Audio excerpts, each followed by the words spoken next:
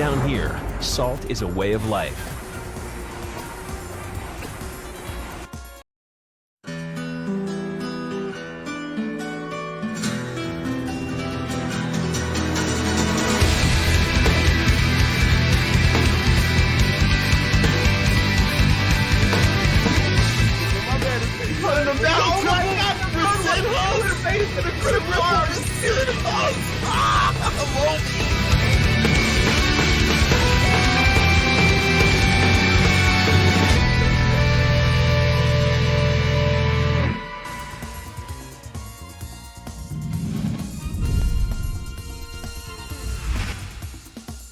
Ladies and gentlemen, we are live.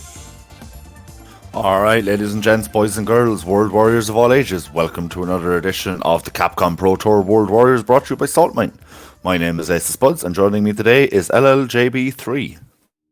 Up here, above me. Yeah. There we go. Yeah. How are you doing today, JB? Yeah, I'm doing pretty good, man. Definitely excited to see some matches here, man. We got 9 players, man, that's going to be bringing out the heat. Got what, three more slots, including today?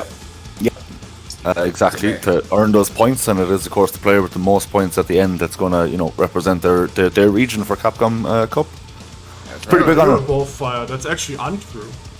What? The top 8 in the points qualify for the top 8 finals, and Wait, yes. yes. Oh, yes, Yeah, you're right. You're right. both fired, actually. We both fired. See, damn. That was fast. I Damn. didn't even say anything in that was fast. Okay, I'll take it. I've been doing offline tournaments, and I kind of forget about how these online ones work, with the leagues and the points, and you add them up. I don't know about you, JB. Maths is hard. Maths is hella hard. But what isn't hard is bringing you some great games. As JB mentioned here, we do have a bit of a smaller bracket today for EU East. So that I don't think that's the end of the world, because there's still some fantastic players in there. Players like Shady Imposter, Merkin, Darky. Yep. Yeah, these people that you've seen kind of winning these events so far, but also names that you see quite often competing and getting top 16s, top 8s at larger EU events when they do enter. So The quality is still there. I think that this is going to be a bracket of low quantity but big quality, is what I'm hoping to see anyway. Absolutely, and then a lot of these players are going to be really trying to solidify their seeding at this point. Because even though, like, again, they got the 3 tournaments for the top 8 final. Yeah, there's a lot of players that are in here. I mean, Shady Apostle won EU East 2, so even though Merkin's still up at top, so like they still have another run in them. Again, they can take that top seeding. We also got a couple of people in here. Shibo is like currently sitting at 9th place right now, right under, and there's a possibility like they can make a good run here in the top 8, slide into that top 8 standing. So there's a lot of different things to play. And I think, as you mentioned, JB, even if the pool of players entering these is a bit smaller than the other regions, the seeding is going to matter a lot, right? Because if you finish first, then you're going to have a much easier round 1. That's just the way seeding works. There's a lot to fight for, and I think going into like a top 8 knockouts kind of for a spot at Capcom Cup, having the confidence of a finished first, so you're going to be up against the guy who scraped in at 8. Yep. I think it's a really good position to want yourself to be in. And as you said, again, with such a small pool of players, that 8th slot specifically, there's going to be so much fighting for that. It's going to be... Absolutely. I don't want to fight for it. First match of the day, Hit Flame versus Darky, aka Medagon. Okay, right. Perfect. So, for these 2 players, Lepag I'm not too familiar with, but Medagon / Darky is actually someone that A, have commentated a lot, and B, played with a lot. So maybe, about 3-4 years ago, when I first started really grinding this game, he was one of the EU players that really helped me grind, learn to show the matchups, kind of practice throughout the game. I also in that saw him go from like a gold player to like ultra diamond / master level over that same time period. And while doing that, still always have the time to play with me and other people, in the group, kind of give advice, help them learn. So I think he's a really, really strong player. Not only because of, his performance and rank, and we've seen him come in top 8s at these events, but also because of his attitude and his ethic towards the community is superb. Yeah, that's great. Like, yeah, I've definitely seen Darky play like quite a bit in a couple of these EU East tournaments as well. Also seen a little bit of Git playing as well, so I'm definitely not too unsurprised by this current matchup that we got here between Sakura and Luke, and we're going ahead and getting right into it. I mean, it goes without saying this could be a bit of a tough one for Sakura. Luke just really, I mean, you can't throw a fireball with Sakura really in this matchup, but it doesn't seem to matter because if you're stuck in the corner holding her pressure, right? And that's pretty much all that matters, man. Just get this man locked down as best as you can, even though it's Luke, man. Luke has so many different tools that can really just beat up any character in this game. That's it, though. Sakura has, maybe arguably the best 4-frame in the game, so if she can maybe use some of her strong tools, absolutely, I think she can win this. Absolutely, like, man, the way that button is just whip punching, but you also gotta confirm it, though. Yeah, you gotta confirm those. Yeah.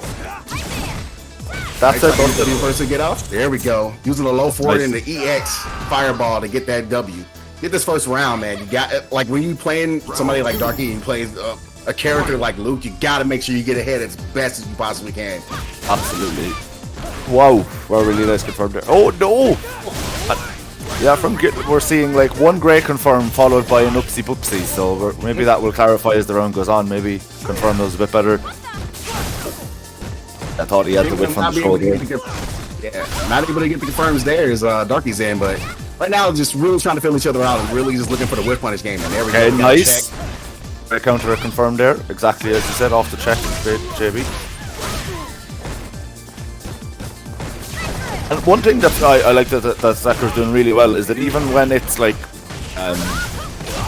Luke's turn, maybe when it's even zero situation of -2, just jabbing, making sure that Luke gets something for free, and it's really paying dividends. Absolutely, man. As you can see, there's a lot of frame traps that are happening as well. So like, you try to press a button here, you're gonna get hit. You're gonna be able to get this full combo. There was 2 combos just to close out the game pretty quickly. So gameplay was looking really good right now. Yeah, man, now I feel like an idiot. I was picking up my guy Darky, and he is struggling, unfortunately, right now here against Sakura. But first to 2, it's tough to make adaptations that quickly. Would you agree? Yeah, I absolutely agree. So there's like, you got a good shot here with a nice little whip punish, but you flinch? Nah, you're not flinching. But yeah, Darky right now is really going to have to see if you can be able to kind of get some kind of download here on just being in the second game. Yeah, man, that cross cut was real deep and real nice as well. And yeah, punishes the raw V skill, very nice. Commanding life lead here now for Dark at the moment. There's the one thing that's Dark. Yeah, man, Darky's doing a really good job where he's like really saying, you know what, I gotta adjust my spacing a little bit. So anything you try to do, you try to throw out a fireball, I can either counter it. You try to jump on me, I'm gonna DP you. Like, make sure my spacing is straight, and look at it. Look, gets him. Look what it gets him. These guys, right, they're both in Poland. Are they like in the same house and swapped controllers for game 2? And I mean, no offense by that, but it couldn't have been radically more different. The momentum was all Sakura game 1. It's all Luke game 2. Man, I'm wondering if Darky's like hacking into the download there, man. He's gotta be hacking in the download. Put him in the corner already. He's got that Sakura.utorrent file. Don't worry, it's safe, guys.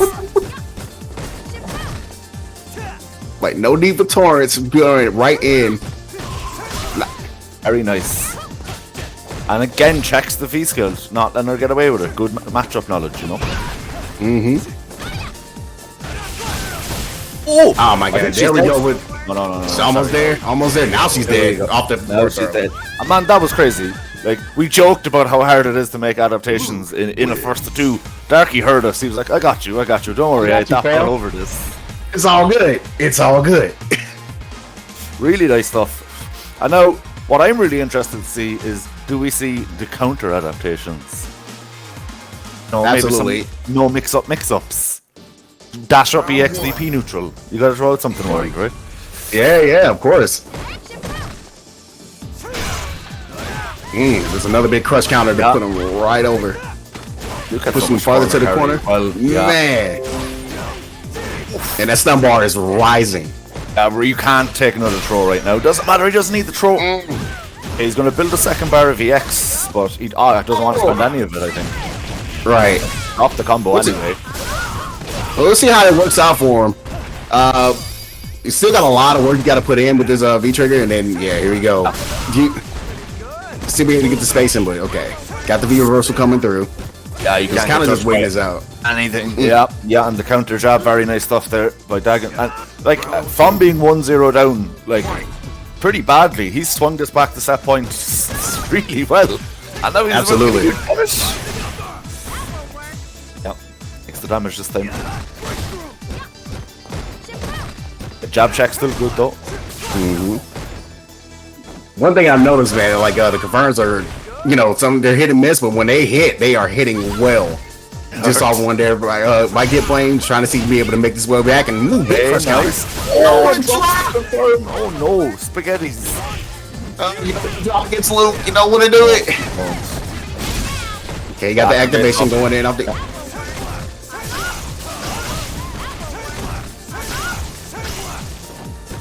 Yeah, had to use that fireball. That was actually pretty good job to use that fireball to try to get in through all this hailstorms of sandblast. Still got a lot of work to do. Now you have no V triggers, so now you got to figure out how I'm able to kind of get in and not get hit, because there's only one touch in order to finish this game off. You got to be afraid of VXDP, right? He might do it. You never know. Oh, just a regular AADP. Very nice. Yeah. Darky was like, please jump. Please jump. I dare you jump. I double dare you. Yeah, that was a really, I'm not going to say shocking, but a really impressive turnaround after losing that first game so badly. I think the download was complete, as you said. Yeah. You got those files installed.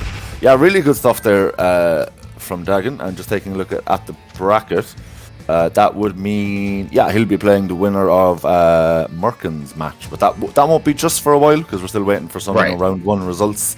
But yeah, really impressive stuff there by Darky to, you know, just, I think even mentally, right? You lose pretty badly in the first game, turn it around kind of mentally is tough enough as it is.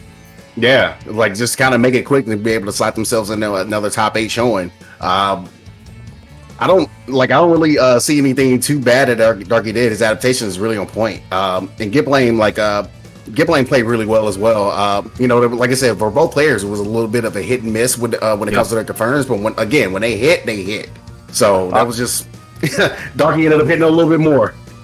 Yeah, and I think towards the end as well, Darky's anti-airs really started to stick out. I think, you know, the opponent was getting quite frustrated, I guess, which can happen when Luke is beating you in neutral. Darky was just ready. I think when those last 2 rounds, there was 3 attempted jump-ins, 3 anti-air DPs. When the opponent's doing that, just to stop jumping in. But right at the very end, again, I think the frustration just got the better of him. Jumped and he was looking for it. He knew it was coming. Yeah, I mean, he was praying for it. He was like, "Please, just jump in so hard. I need you to just jump in for me. Just let me get that. Let's call this out." That was awesome. It was awesome. Really good stuff. So let's take a look at the bracket. We'll see what else is going on. Wow, looks like Rafi 888 ends up taking it over Mephi. He's going to be fighting Merkin later on in the bracket here. Rafi 888. Yeah, Rafi 888. It looks like this is the first time actually participating in World Warrior. So, yeah, be able to slot into that top 8. That's really going to upset some of these standings. Because there's a couple people that only got 30 points, and the further they get, the further you're sliding down that bracket, that finals bracket. So, gotta be careful. And obviously, guys, don't forget, this is still, our normal double elimination bracket. So, Get Blame not out. Just down to loser side. Maybe, take some time to rethink, refresh, figure out how, after taking that first game so well, to lose, maybe their own adaptations weren't there. Maybe they didn't realize what it was Darky was doing. Tino, turned that around so well. So the losers now, though, they have a bit of time to contemplate, postulate possibilities, figure out maybe what it is they need to do. So now we have the winner of last time, Shady Imposter versus K-Jim. Yep. Nice. Yeah, Shady Imposter coming in with that great Alex. It was definitely fun to commentate those in the last EU that I was in. Shady Imposter really is been showing it kind of really trying to take. I think the last time when I saw that they were taking it to Merkin really bad. Who won the first one? So yeah, it's definitely going to be exciting to see how they go up against it. And K-Jim is also currently in the top 8 standings as well. So, Gabe's going with the Blanca pick here. Yeah, and I was about to say this is a matchup. I know the matchup versus each of these characters, but them against each other, you haven't seen it very often. It doesn't come up, right? I've seen it a little bit on my end. Okay. I've seen my guy Wolfgang go in with Blanca. He knows really well how to handle like Alex's. So definitely gonna see if KGM actually kind of watches him study and see. Yeah, maybe a couple of patches ago, I would have said definitely in Blanca's favor, but all those Alex buffs really added up, right? It's a lot scarier now. Absolutely. I think this might just come down to not an entire knowledge check, but the knowledge check is going to be a big part in deciding who wins this. Absolutely, especially when it comes to Blanca, who's not really utilized, especially at a high level. You can only really name about maybe 3 players. I can name 2 in the US, 1 in Japan. Oh, that punch! Very nice. Definitely taking advantage of being in that bid trigger and just making them pay if you're going to make a mistake like that. So that was really good. JD Imposter is ready. Yeah, you can't do too much. You got the Blanca ball there. You got to be careful. And also, they got V skill too as well. So Shadow Earth is going to be coming. Well, yeah, exactly. But what we need to see here from Shady Imposter, but what I want to see is knowing when to jab, right? Because Blanca gets infinite free plus frames unless you know where the gaps are. Absolutely. That's the really tough part of the matchup, right? For any character, is you have to actually figure out how he works to beat him. So I'm really interested to see if Shady Imposter does know the points at which he can kind of poke out. Absolutely. Nice cross up. Yeah. Getting right into the corner. We guess. Okay, using the rainbow ball to get that. Like whenever Blanca has a ball, you have to know when that is coming out because that's almost a guaranteed escape.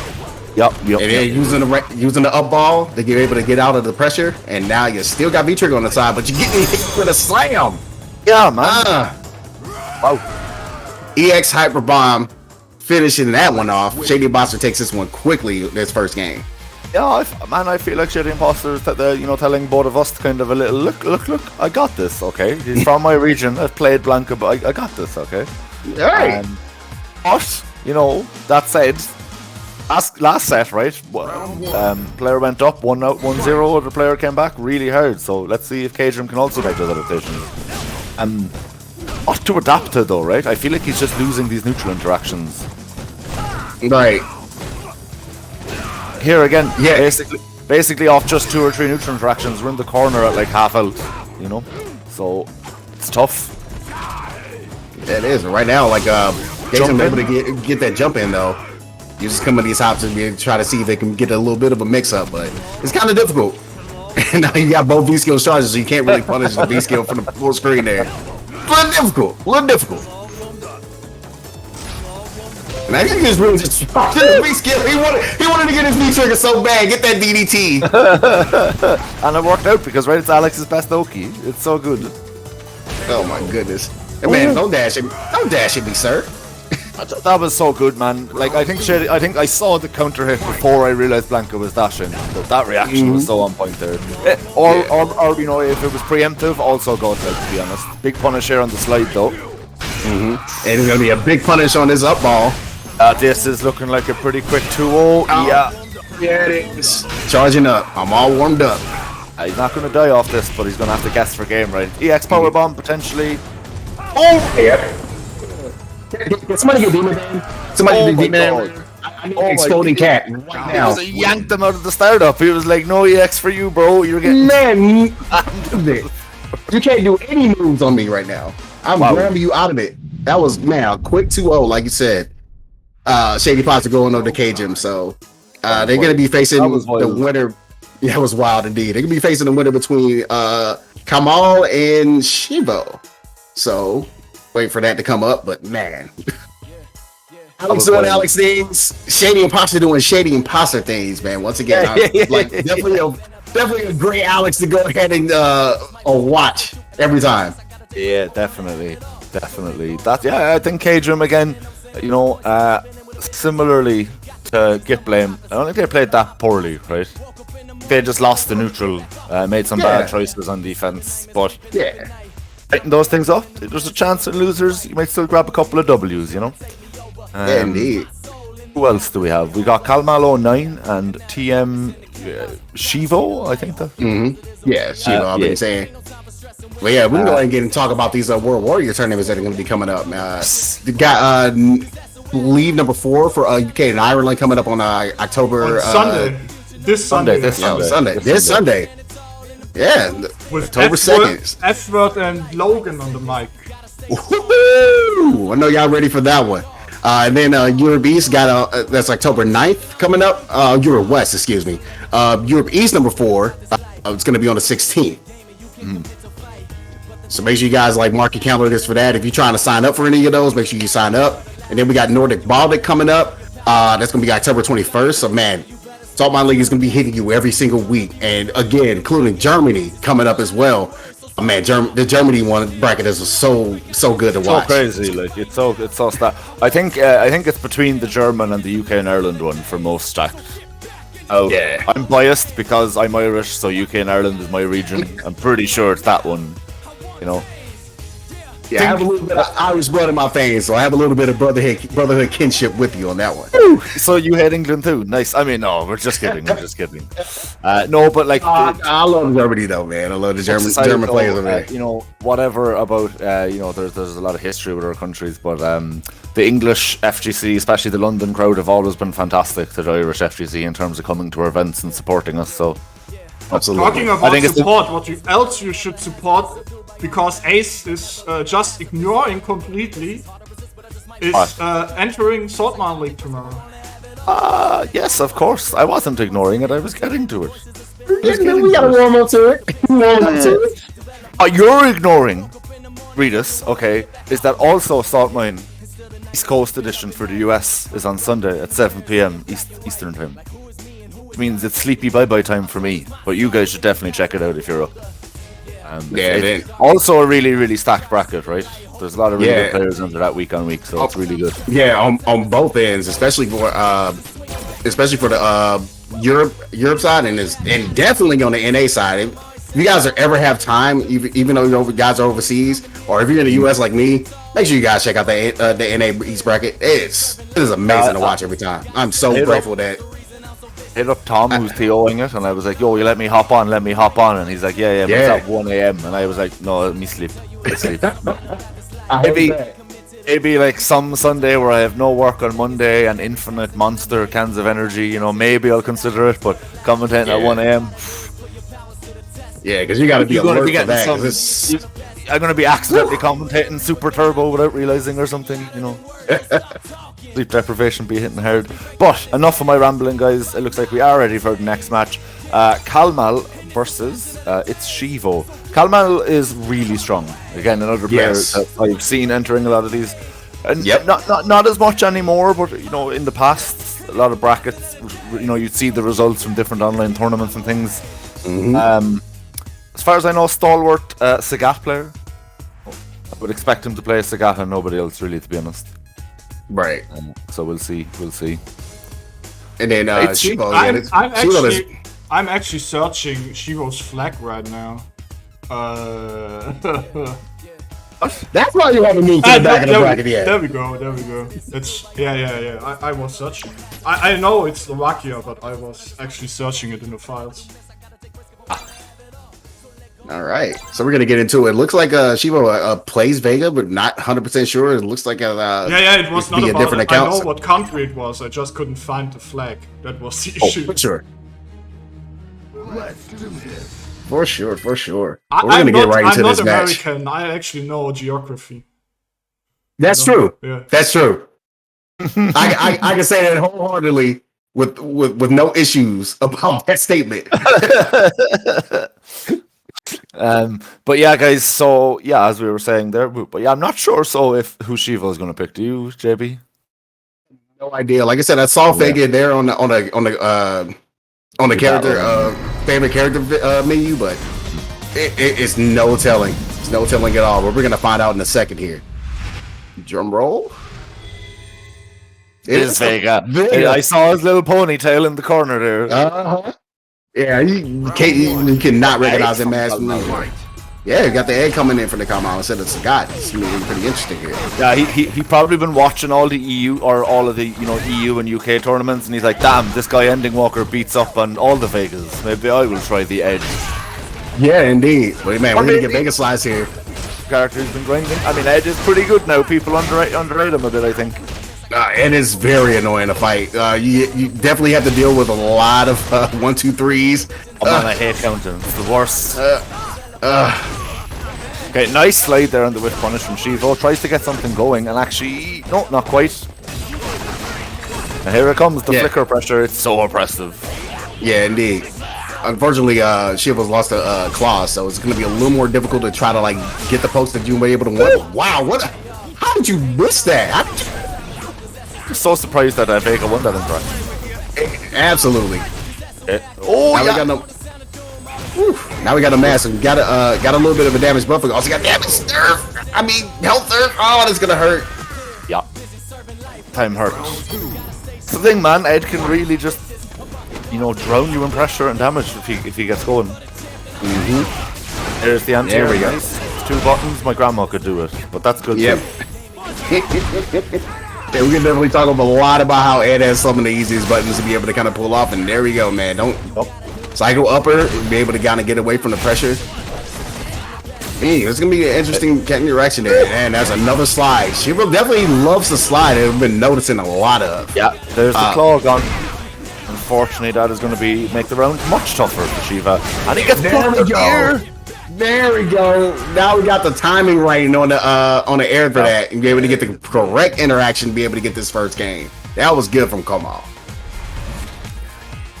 Very nice there from Kamal, actually, in the end. Yeah. I mean, I can't fault the Ed pick if this is how well it's going so far, Yeah, and I really believe that I'm not sure, 100% sure if Kamal actually knew Shiva was. So I figured, like, okay, let me go with the safer pick and pick Ed instead of Sagat. Be able to, be prepared. A lot more polarizing matchups, right? Absolutely. So yeah, there's definitely been more of a safer pick, and it's working out for him so far. Good throw there by Shivo. Paying attention, knew that the Ed did not have the XDP. Yeah, Shivo's definitely going to go for the slide, so it depends on how many times you're going to be able to get hit with it. Uh-oh, now we got a back throw, and now you're in the corner. Yep. You got to hold all the pressure that's coming up here. We're just going to keep tossing him. Oh, that's going to be punished. Okay, it takes the safe punish. I'm trying to count how many throws that we have seen in this match so far. 5. Oh, that was almost a nice jump back there for Shivo, but it's actually going to cost him. It might cost him the round. Oh, no. No, definitely not going to die from this yet. He ain't dead. Nowhere near dead for this, but this is definitely a guess for game situation. Oh my god, 2 low fours and no cancel. And then no CA. Man, we are risking it all. We are for the biscuit here in these games. I feel like Shivo knew in his heart of hearts he should have just V-trigger cancelled into anything into super. But then when he didn't, panicked and just mashed the super. I think that might... You know how I think that was the case? Because that happens to me all the time. Man, my heart is actually breaking here for Shivo, to be honest, and the and it's looking like he is going to lose this, 2-0. He's not dead quite yet, but my heart is breaking because he had that last round in the bag.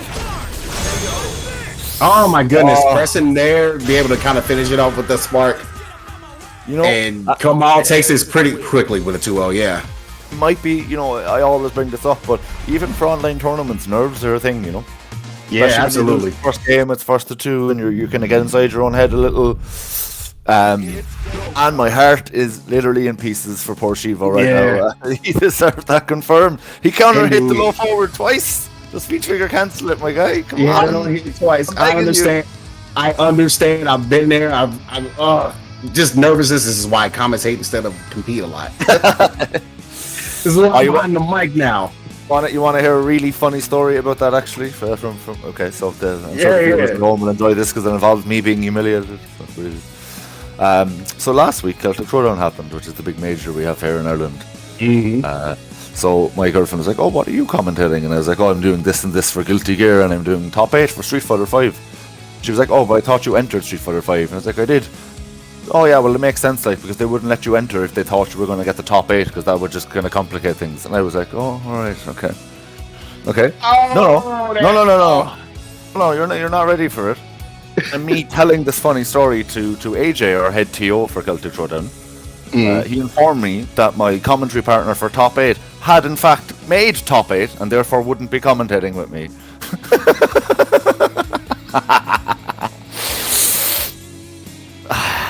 Ooh. So not only were you my partner doesn't even play fighting games, and yet she double perfects me on the daily. So no, it was funny. It's a really fun. Like you couldn't make it up. It's funny. That hurts. She said, "No, I can't commentate. I'm actually in top 8." Just imagine. Just imagine. It was like, oh yeah, you be fine. You can commentate because you're not gonna make it top 8. It's fine. You can commentate and play. I'm like, what? Jeez, way to have confidence in my skill. No, I was never getting top 8 there. There's some really, really strong, but no way. Absolutely, I understand. All right. So I believe we get up into the next match. We got Merkin versus Rafi 888. So yeah, I'm definitely interested to see what Rafi brings to the table, being the first their first tournament here. Able to take out Mephi 2-1, but you're going up against Merkin, who's currently top seed right now in the top 8 bracket. So the joy of playing Merkin quite a few times as well. Again, no one should love Ace. He wants to give G a slide, bro. Bro, it's been like 4 years. That's not what I said. It's not what I said. Totally. No. They're fake news. You're taking what I said out of context. Totally out of context. What I said was I like cool villains that have slides, like Bison and Cell and Dragon Ball. Then you inferred that I wanted G to get one. Slander against my good name, you know. But I've had the good opportunity to play against Merkin quite a few times. Obviously, got my lessons taught. Put it that way, some tough lessons, but always good for games. Always kind of grinding, even when even when they were new to playing G, would have been grinding a lot with anybody and everybody who was just willing to play games, get the practice in, and it's really paid dividends. You know, there isn't this many Gs this good in Europe, right? It's despite how much people kind of found the character, a little tough to fight early on after his release. You don't see him played very often at all. Yeah, I mean, I wonder why that is. I think it's because like a lot of people really like to go off some of the Japanese players, and a lot of the Japanese players, like back in the day, they really didn't even sniff it. G, they were like, oh, he's probably the lowest tier, and everybody in America is like, wait, what are you talking about? G is amazing. Everyone in Europe was like, please come and play here. He's going to EX low, and you're going to die. Like what? But yeah, no, it is an interesting point. Also interesting here is that Rafty has picked Gil, one of my favorite characters, even though he is. I need to tell you something very, very important right now. Did you know Gil has a 2-frame parry? That's crazy, right? He actually got 2 of them. It's even crazier. And what's even crazier is he's actually destroying. While we were talking, he got a stun combo, and man blew him up. See, that's the thing about Gil, right? This is actually a really tough matchup for Gil. Having played quite a bit of Gil, in my opinion, right? The thing with Gil, though, is if you get like, with all the buffs, if you get like one good guess on anti-airing somebody with a comet, it's just over. Yeah, but right now, Rafi, it's like, you know what, man? By the way, did you know Comet is 44 frames? Yeah, but I mean, did you know jumping is 5 times that amount? So it's fine. No, but it is, like, it is. He definitely tried to make the CA, try to see if he can be able to get something out of it. Get the wake up. Now he got the stuff. Yeah. He OS'd it. Definitely great OS, be able to get this round and like tie this game up at least. I love Merkin's optimization of getting his, half a frame of presidential speech just in for the little bit of meter right before tossing him. Got to optimize the meter again. Absolutely, and it's funny because a lot of people to this day still thinks it's a taunt. I'm like, no, it's not taunt. He's building meter. He's actually definitely optimizing here. He's optimizing his combo going into the corner right now. This is really good. Yeah, the little. See, that's the really impressive thing about his spin kick, right? Is that like when he spaces himself with a block string in the corner, it's going to cover your jump out. It's going to shimmy you. It's really tough. It's actually probably one of the stronger things in the corner, to be honest. Man, that was an interesting interaction. Did he really just wheel kick the V skill out of the air? Yeah, the EX wheel kick is just like it's projectile immune from like frame 1 to 49 or something. Man. Very nice though from Merkin in the end. You know, I think despite Rafty getting, you know, the first round pretty convincingly, and in that last round looking like he kind of had a couple of points where he might take it, I think Merkin just kind of capitalized on his hits and pressure a lot better. Yeah, he said, you know what, I actually do win this matchup. I gotta remember that. Wait a minute. So it looks like Merkin was really like, they were definitely saying, you know what, I'm gonna take this one on the chin and kind of get some information. I gathered my information and I was able to see if I can take this round. So now it's up to Rafi to see if we can kind of get the stylings of how Merkin plays the G and see if they can capitalize on any simple mistakes. Yeah, there's the cross up on the splash. And there's another command grab. Really nice driven from. I think he's stunned. It could be. No, he is. There's a throw. Definitely good idea. It's definitely going for the OS there again, just to make sure you're okay. If you jump, I got you in the anti-gear, you're still getting stunned. So, yeah, it was definitely good stuff here by Merkin. He's putting himself on match point. This is World Warrior Europe East, so no, Problem X is not in this.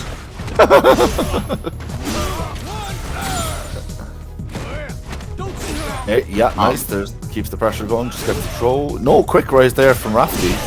Gets shimmied, and that's gonna stun. Yeah. Got 2 bars as well. I think he's dead. No, not yet. Still got a little life left. We still got one more guess. Oh no! Just does Ross. He wouldn't punish it because it's that far, but he's still able to get a hit and go into the V trigger. Now we're setting up the ice. You see what we can do here. Oh, I thought that would clip him at the end. Yeah, I actually thought he was gonna get clipped that there. Yeah, that's punishable. You gotta space that perfectly, or you're getting punished. Absolutely. Unlucky there for Rafty, but I think, you know, really Merkin was just very dominating after the first game. 1 and 1. Yep. Rafty really won it really convincingly, but I think that's what can happen sometimes when you're playing against someone who's on paper a stronger player. Right. You kind of fire on all cylinders round 1 or 2. Then the problem is that the better player has seen all of your cylinders that have been fired and now know how to shut you down. You see it so often, you know. Yeah, absolutely. So yeah, but it looks like with the match over in loser side to get into top 8, Shivo ends up going down against Mephi 2-0. So Mephi's in top 8 loser side. That rounds everything out, I believe. Yeah, our top 8 is decided now, right now. Yep. And from here on, it's all versus 3. Yep. So now we're gonna get into the area where we're gonna be able to see some kind of adaptation. This is where the big butts come to play. The big boys come to play here. Yeah, absolutely. And like looking at it here, we have who do we have? We have Merkin versus the Darky. Woo. That's gonna be good. Hopefully that's good. But we're starting with Kamal versus Shady Imposter. Gotcha. Okay, sounds good. We just had Merkin, so working on. Yeah, that makes sense. Before we jump in the top 8, I'm just gonna quickly refill my juice. I'll be right back. All right, sounds good. So yeah, we got Shady Imposter going up against Kamal coming up. So yeah, that's gonna be fun to watch. I wonder if Kamal is gonna actually go back to Sakai picking against Alex. Hopefully make things kind of a little more safe on that side, or they just stick with the Ed because the Ed's not too bad. Could be a situation where the Kamal probably goes with the Ed in this situation. We know what Shady Imposter can do. They took it first place in the last tournament, so. Yeah, you got to see how things are going off. And on the loser side, rounding everything off, Rafi888 is going to be going up against Get Blame. And then Kajim is going to be going up against Mephi. You're going to be seeing Mephi on stream for this tournament for the first time, at least. But Mephi has definitely been in the tournament before. It's currently 14th on the standings. And while we're going ahead and waiting for everything to get set up for top 8, we'll be going ahead and run you down these World Warrior tournaments. Once again, we got UK and Ireland coming up on October 2nd. This weekend is Sunday. Make sure you guys check that out. And then next week, Europe West, we got October 9th. Europe East is going to be October 16th. So that's number 4 for each of those. Nordic Baltic, we have October 21st coming up. And then Germany, and man, the Germany play coming up on October 28th. It's gonna be a heck of an October. So make sure you guys are ready for each of those and check each one of those Saltmine leagues out. And make sure you try checking the Saltmine league out weekly with the Saturday EU Open bracket for Saltmine, and then on Sunday we got the NA East Coast Open bracket. So make sure you guys always go check that out. Saltmine league here every week. It's gonna be getting some great Street Fighter play. Absolutely, and for specifically the normal Street Fighter League, or sorry, Saltmine League on Saturday, somebody needs to come and stop Ending Walker. It's too powerful. You need to stop Ending Walker on both World War and Saltmine League. He's so powerful. Oh my goodness! It's like, please stop praying for my child. He's broken out of the hospital and killed all the other top players. He's too powerful. Please. Yeah, I actually told Ending Walker in the Twitch chat somewhere, like, man, just go ahead and just win all of them. Just win everything. But like the craziest thing is he's a kid in school. Yeah. No, this is, but like I actually was mentioning this kind of a commentary over the weekend, right, in Celtic Throwdown as well. I couldn't be happier that these young players are in our region, because it just means that the future of the community is in good hands, you know, when you've got people like, I mean, he like getting involved with tournaments and community kind of at a young age, and not only that, but like winning them and winning them well. It really bodes well, like both like organizational wise, but also competitive wise. No one is betting. I did the prediction there. No one betted. What? Oh, you guys are tripping. I'm definitely going to be better on the next one. You guys are nuts. Okay. But that's kind of you know. Let's do it again. Give them another chance, huh? Yeah, let's give them another chance on that one, because there's no way. You definitely want to bet on this one, man. First off, I need people in the chat to see who Kamal's going to pick. They're going to pick stick with Sagat, or they're going to actually go ahead. I'm honestly expecting it. I hope Sagat, but I'm expecting the egg pick. And Sagat is so cool. There we go, chat. Predictions up. Put some points in there. Yeah, seriously, guys. And I'm not going to tell you. I'm not going to tell you guys who I picked, because I do not do commentators curse on my end here. Yeah. I'm going to put so much on Kalmal, but it'll only be real if he picks the Sagat. You know you can do more than 10. Oh. I'm going to keep clicking the 10. All right. You see Kamal is going with the Sagat. There's that Tiger showing up, and oh yeah, we're gonna let it rock for a little bit. Okay, here we go. So yeah, we got Kamal with the Sagat going up against Shady Imposter with the Alex. And this is pretty much a how can I get in kind of situation. I know Sagat has had a little bit of help with the last patch, but in comparison to Alex, it's not that much. So Sagat definitely still struggles in a lot of different matches. But man, when you got that V-skill check like that, things really work out in your favor. Oh, but no unbiased commentary for me. Sorry, guys. I just bet all my channel points on Sagat. So come on, Sagat! No, I'm kidding. But yeah, really. Ooh, nice jump away from the for the command grab there. Definitely want to get clipped, so it gives him a full combo. Man, that DDT check. Really nice grab tech there.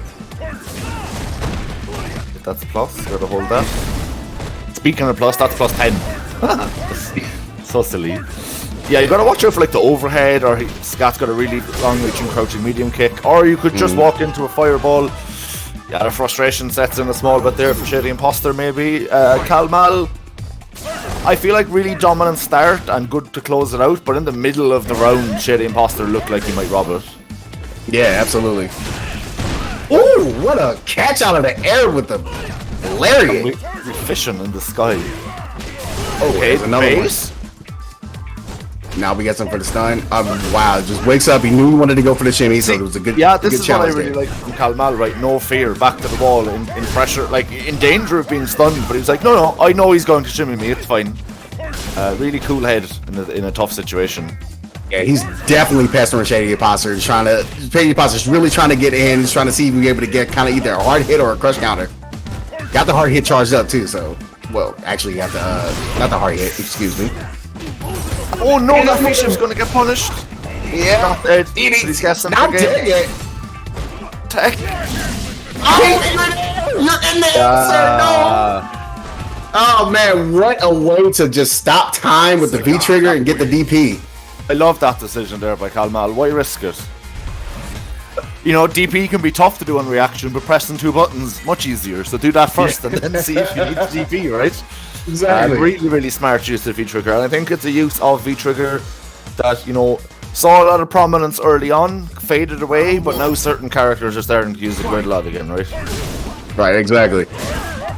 And man, we try to take to the skies against the guy when they're throwing out the fireball war here. Just Stuff. gotta be careful. But on the Especially other since the hand, guy, sorry, go ahead. yeah, especially since the guy has counter DP. So every one of those you want to guess it, but you get a big jump in, man. It definitely pays dividends. Now once again, locked up in the corner here. Okay, nice pokes as well with lights. Tries to win back some of the space. That sweep is going to win him quite a bit of space. Never mind. Alex comes in. Good punish. It's hard here. Here we go. He's dead, right? Oh no! No, the drop. At least he gets a back throw. That back throw it hurts. It really does. It does a decent amount of damage just for a back throw. It's pretty good. So you know, like any character, especially like Sagat, is going to be able to die. Try to go for the stun gun, but not able to get it. But still got that corner carry. Oh my! I was about to say that back throw could be massive for swapping positions, but Alex does it way more stylishly. So here we go. You're Oh dead. my god! Oh yeah, you're definitely dead here. You got to be dead here. Yeah, no, you're not living this. You're not living. Oh! Shady Imposter. Shady- Yeah. Sorry, Yeah, they tied that up. Yeah, they tied that up. Won. There's Shady Imposter's like adaptation there. Even though they were really still getting pestered, even though Kamal was getting cornered, Shady Imposter was finding better ways to kind of get in to be able to kind of close this out. So just again, patience, I think. yeah, absolutely. It's just one of those situations where, you know, you got three games. You kind of play around with it. Looks like Kamal is like kind of went back to the character select. I'm not sure if they're gonna stick with the guy here. Like I said, they do have the Ed in the pocket, but maybe you maybe you change your V system. Yeah, it's 1-1 as well, right? So I mean, now is the time where you swap to Ed, and then if it doesn't work, you still have a game to go back to Sagat at the very least. But maybe Yeah, the I Ed agree with works. that. You know, so I think that a 1-1 is the time where you swap, right? Right, I agree. Oh, I wait mean, till you gotta 2-1. Then your heart is in your mouth, and you're like, "Oh, if I pick Ed, oh!" So I think Yeah, do exactly. it now. Do it now. Do it now. Yep, do it now and just see what happens later. Or, as you said, we might just see a trigger system change here for Sagat. Interested to see what it is. Okay, he Yep, does. go on change with the to Ed it. pick. Go on with the Ed pick, indeed. I agree.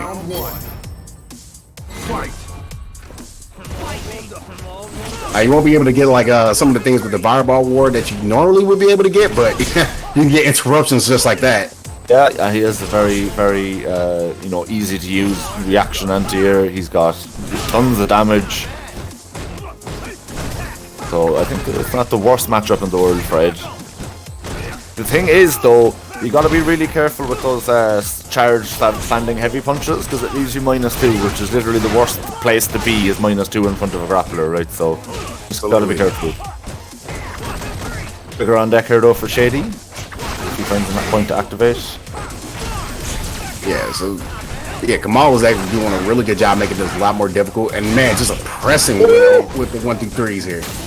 That was a beautiful. He backdashed to space to anti-air because he knew the jump was coming. That was really nice there by Kamal. However, really nice for Shady Imposter.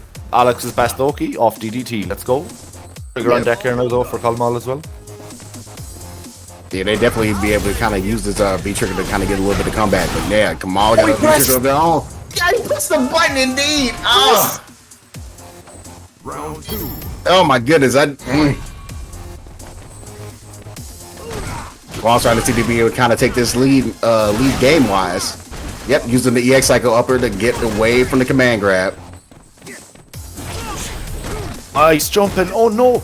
Okay, I thought he actually had Kamal there. I thought he'd catch him on the recovery of the fireball. Again, very dangerous putting yourself at -2 by next to a grappler. Yep, was able to get that hit and able to get the hit into the here we go. Back throw here for Kalmal. And importantly, it stops the position, right? To get using corner advantage. Oh yeah. That hit! Yeah. I thought Alex had landed, it looked like. Really nice reactions there again by Kalmal. Evens up the life lead and again gets corner positioning. Yep, using that V reversal to kind of get away from the pressure because you know it's still coming. Shady is uses not the snatcher to get in. Shady is not getting a V trigger this round. He spent it all in V reversals and it wasn't worth it because that back throw's going to take it. 2-1 Kalmal, sorry. Yeah, Kamal, like the switch to Ed is definitely working out in the favor. It really seems like Shady Imposter's having a hard time just trying to not only get in because there's a lot of times where Kamal is gonna either anti-air is gonna be able to like use his EX cycle upper to anti-air. Also kind of baiting out a little bit of the jump ins. There was a couple of times where it's just unfortunate for Shady Imposter as well. Trying to get a jump in, be able to snap off the right time to do it. And for some reason, the recovery was just too fast. Fireball. And the other thing here for Kalmal is though, even if, you know, Shady Imposter does make adaptations, does tie it up 2-2, Kalmal can just swap characters again. Yeah, exactly. It's one of the reasons why having a second character can be so beneficial at tournament level, right? If you're just starting out, don't worry about it, but you know, if you want to win tournaments, definitely not something that needs to be considered. And Kalmal's showing us why, right? Yeah, exactly. Okay, we're able to get a hit away from the backdash here. Okay, got a yeah, very nice. Activating right back at you. Yep, and now you gotta hold the guard crushes. He is pressing. He is trying to challenge it. Oh no! Is that a drop or a hard call out? I can't tell. I think it was a hard call out. I think he really believed in using the EA cycle upper. This is the problem. As good as Ed is, when you play Ed, you automatically start, you know, getting Ed brain, EX upper on the brain and nothing else. Oh, the slice, very nice there by Shady, and there we go, EX upper. Get out of my face. Exactly. Oh, he just dashes at him. He did. He really didn't do a goofy. No. Didn't cost the pressing buttons there a couple of times. He maybe shouldn't have, but does use the armor to get back to mid-screen. Spends it. Oh, doesn't confirm it. Wasn't able to get the connection that he wanted, but it's. Oh my goodness, the low forward. But able to get the DDT. Got the OE. Kalmal is actually going to get a second V-trigger here, which you very rarely see for a 3-bar V-trigger. Very rarely. And now you got to deal with them. Once again, you got to deal with the guard crushes. Oh, the jump back! Get snipped out. And no, like, man.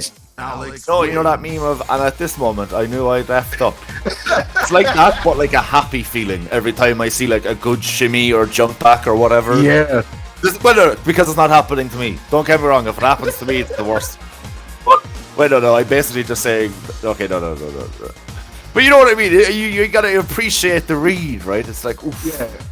Yeah, it was a really good read on Shady Imposter's part, man. Just getting the jump back, saw it was coming, knew you were looking for the crush counter setup.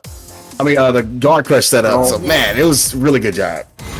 I'd be playing Bison, got my V-trigger, ready to go, slide is coming, the opponent knows, I knows who's going to neutral jump, who's going to slide, what's going to happen, I don't know, but I'd probably cry afterwards. And one thing I've noticed that Shady Imposter is doing a lot of is actually tick throwing a lot more. So we're able to kind of see if we're able to get a poke. If they're in, they're going to tick throw. Trying to get Kamal into a situation where he ends up trying to back away and ends up getting counter hit because he actually decides to go for a meaty instead of a tick throw instead. So really good adjustments here by Shady Imposter. Taking his turn, just taking his spacing. That EX off for Psycho Flicker is good not only for damage but because it gives him so much corner carry that he didn't have otherwise. Right? Exactly, I agree. But speaking of corner, Shady Boss was able to get the combo right into it. Oh, you guessed wrong. Now you gotta hold this. Not dead yet. Did it again. He does not care. He does not care. He's gonna do it regardless. If Kalmal wins this round, Ed's everywhere are gonna celebrate. No, okay. Yeah, he went you twice. Second game, and Shady Imposter goes up on match point. Oh, damn. Okay, Kamal is actually trying to get his little piece of reason of his own to jump, and he ends up landing this time. I was like, I saw what you did to me last game. Allow me to jump back and bait you. Very exactly. Nice. Back in the corner we go. Wasn't able to get the full conversion of the OS. Counter hit, that's gonna hurt a lot. Oh my goodness. It all. Previous time the meeting. What? He just does it. He does not care. And he slips out the scum nut. Oh my goodness, it's almost death. There it is. And Approach like it. And we are going to a final game, guys. Whoa. I mean, it did take us long to get the top 8, but top 8 has started really well. Okay, got the anti-air going right into it.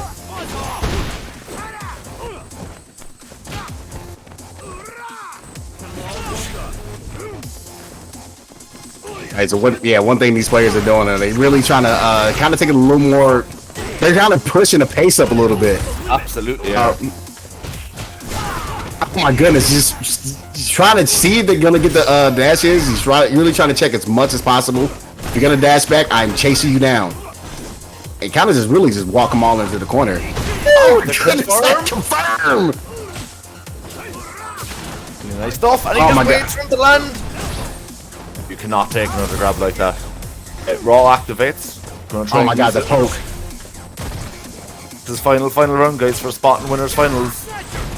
Okay, he has to hold this. He's able to get the jump back, and he tech, but he wasn't able to get the punish. Gotta hold another goal crush.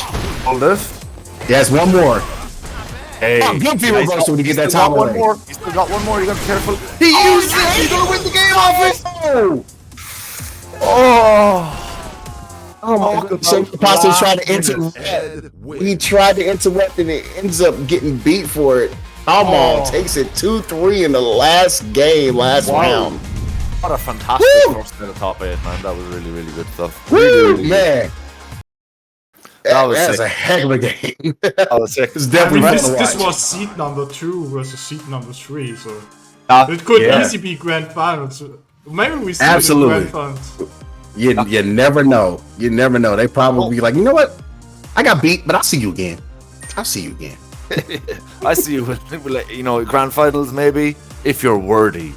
So that's what he's thinking right now, you know. Yeah, exactly. I don't know if you know, JB and our viewers at home. Do you guys know much about Warhammer? I've been playing it recently. Not too much. I've heard of it though, so I've heard a little bit about it. Basically, the orcs in that all follow different chiefs, but they will all rally behind the chief that screams the loudest and has the most power. Basically, okay. Which is my point I'm getting to is Ed players. And I am a former Ed player, but every time a single Ed EXDPs randomly, right, all Eds are whoa, getting ready for war. March to battle, you know? Yeah, you know what? That is an accurate assessment. I think I'm definitely gonna use that in conversations from now on. If you're it's true, man. If you're an Ed player, you're an orc. It's like, you know, it's like everyone else is like, why would you do that? And then all the Ed players are like, yeah, good, yeah. And you know what? You gotta love the sense of camaraderie between people who play the same characters, you know? It's absolutely cool. Yeah, man. Yeah, I definitely know the feeling about that. I guess I'd like to call us some of us Mika players like to call us the eat glue players. I don't eat glue, but you know, Mika's harder. Mika's a bit of a struggle character at the moment to play. I mean, sure, there's Mika rounds, right? But the character herself, she's you know what I mean? I don't mind fighting Mika. You know who I hate fighting? Ken. Such a simple character. He's gonna be in, but you know what it is? It's like since I was a kid, it's like, damn, I hate Ken. He's so hard to fight, and now I just can't get it out of my head. And because he's in every single game and always will be, I'm like, oh no, he's back. Yeah. Now, I have a question for you. Do you believe that Ken is currently the best Shoto in the game right now? Because I do. Yes, but no. Yes, in a first to two, Kuma's better, but in longer sets, Ken is better. Okay. I need to see why. I need to hear your reasoning on why you pick a Kuma in first to two over Ken. Okay, now the more I'm thinking about it, the more I think no, Ken is just better, right? I think you're right. I need to hear the reasoning on that one. Oh no! I was like, but Akuma has such robbery, and then I thought about Ken's robbery, and I was like, wait, hang on a second. Yeah, no, I think Ken is actually the best Shoto in the game right now. I believe it. I do believe it. Unless you count Lucas and Shoto, which I don't. But you know. Well, we'll see. We'll see how Ken is, in the beta in 2 weeks. Fingers crossed? Question mark. Oh, he's not in the beta, right? But actually, I think he is. I believe he is. I think the other 3 characters that were announced is not. I believe Ken is actually in the beta. Okay. Yeah, EX husband Ken. I'm looking forward to seeing how he plays. Maybe I'll become a Ken main. If you stare into the abyss long enough. We'll see. Yeah, but we're gonna stare into this match between Merkin and Darky. So yeah, we got the G versus the Luke. This is a matchup I actually don't see too much of. Because I guess a lot of G players, like if they play G, they'll probably rather play their Luke. See, nowadays everybody has a Luke. Set in their pocket. Right now, Merkin, he's sticking with the tried and true, and is able to kind of get a little bit of a light lead here. Really kind of like building it up as well. And now they're at the level 3 presidentiality, so it's going to be a little easier for them to kind of cancel out like any of the sand blasts that Darky is trying to pull off. It almost uses up the V trigger as well. Yeah. Surprisingly, like mid-range projectile-based gameplay from both these players so far, when both these characters are known to be explosive. But it's first round, first game. They're feeling each other out, and it's Merkin who definitely looks like he's got the first layer of advantage. Oh, he's not dead, right? Yeah, not yet. But you got that OS. And there it is, using it to the advantage, getting thrown for your troubles. And Merkin is up on the board. Nice with punish there.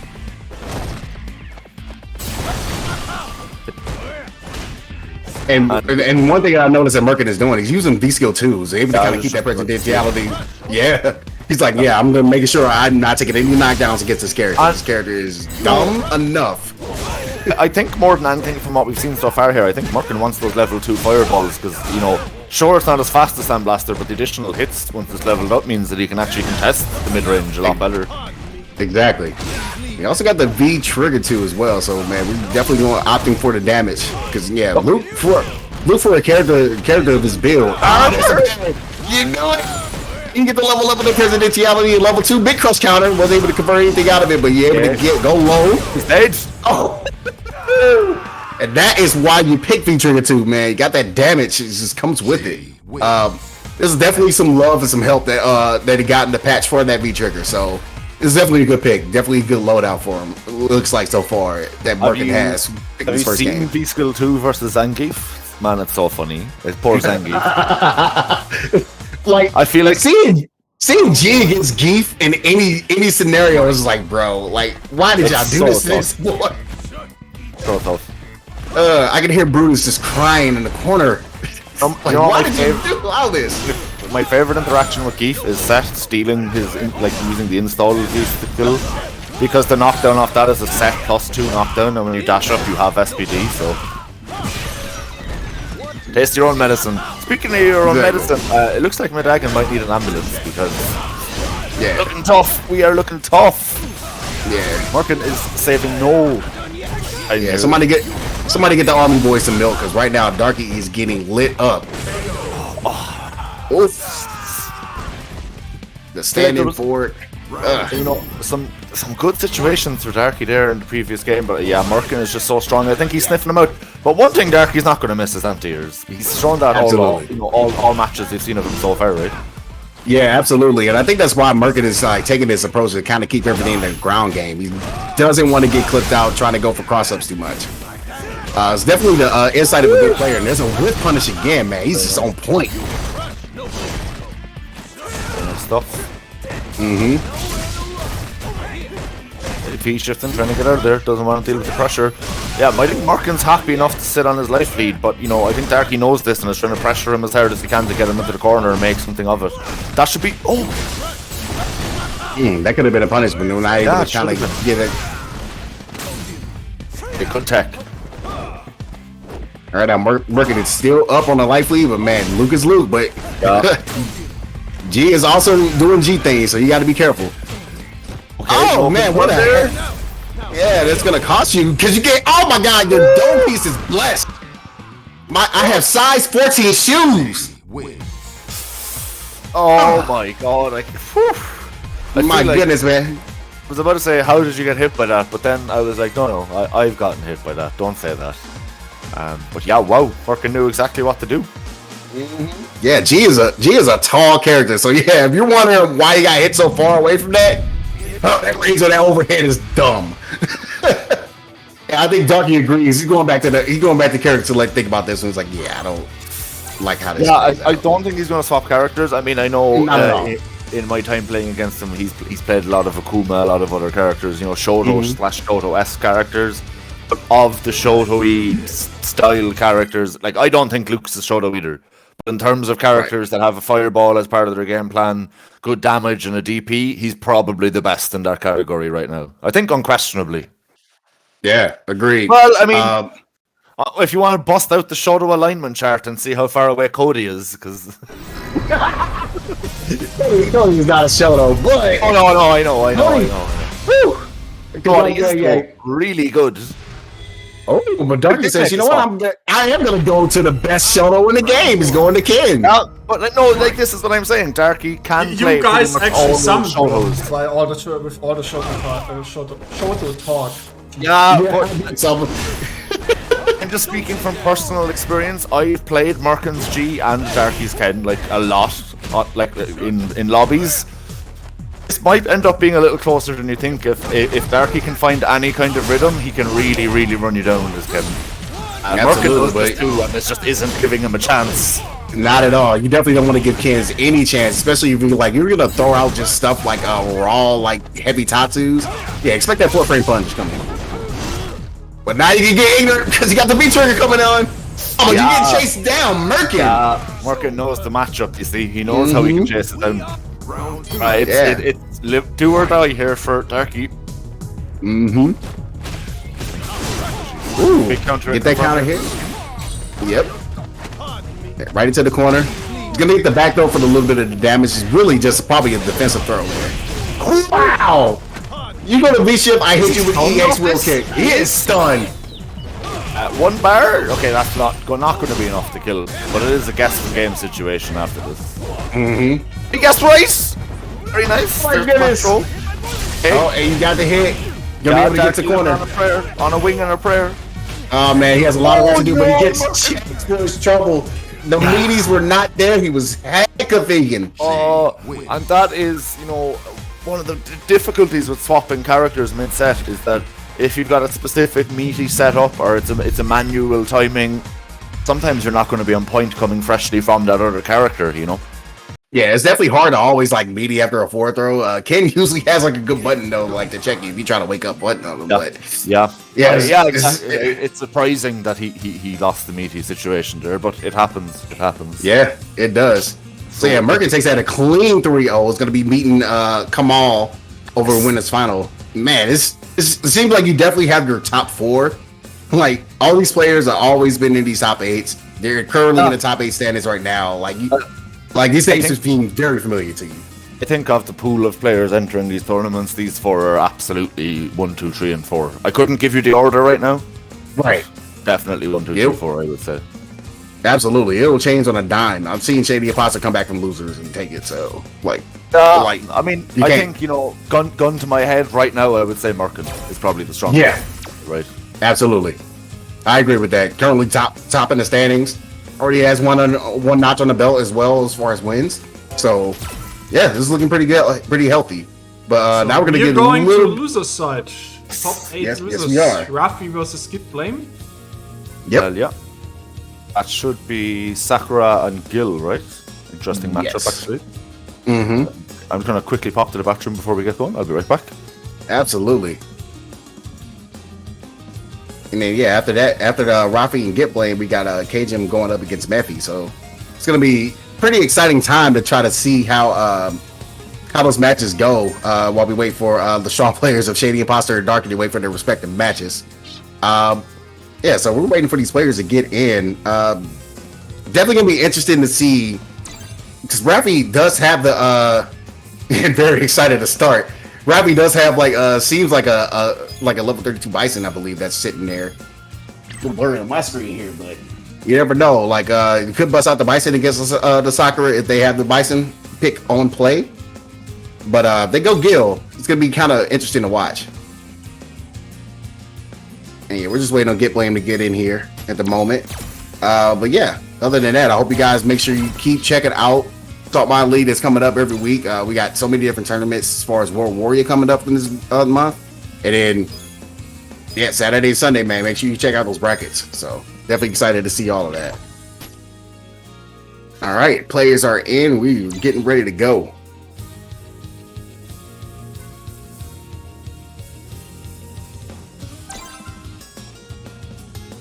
All right. So I'm definitely going to be a 2-1. I'm definitely interested to see what character that Rafi actually picks this time. Going up against Get Blame, because you know the Sakura is coming on that pick.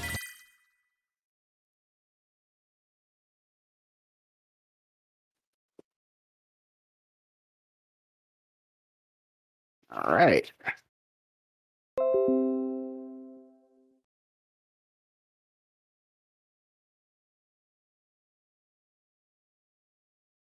There we go. Waiting on the screen to load here. So I was Ace. I was just talking to to everyone and seeing what kind of pick we're gonna get from Rafi here.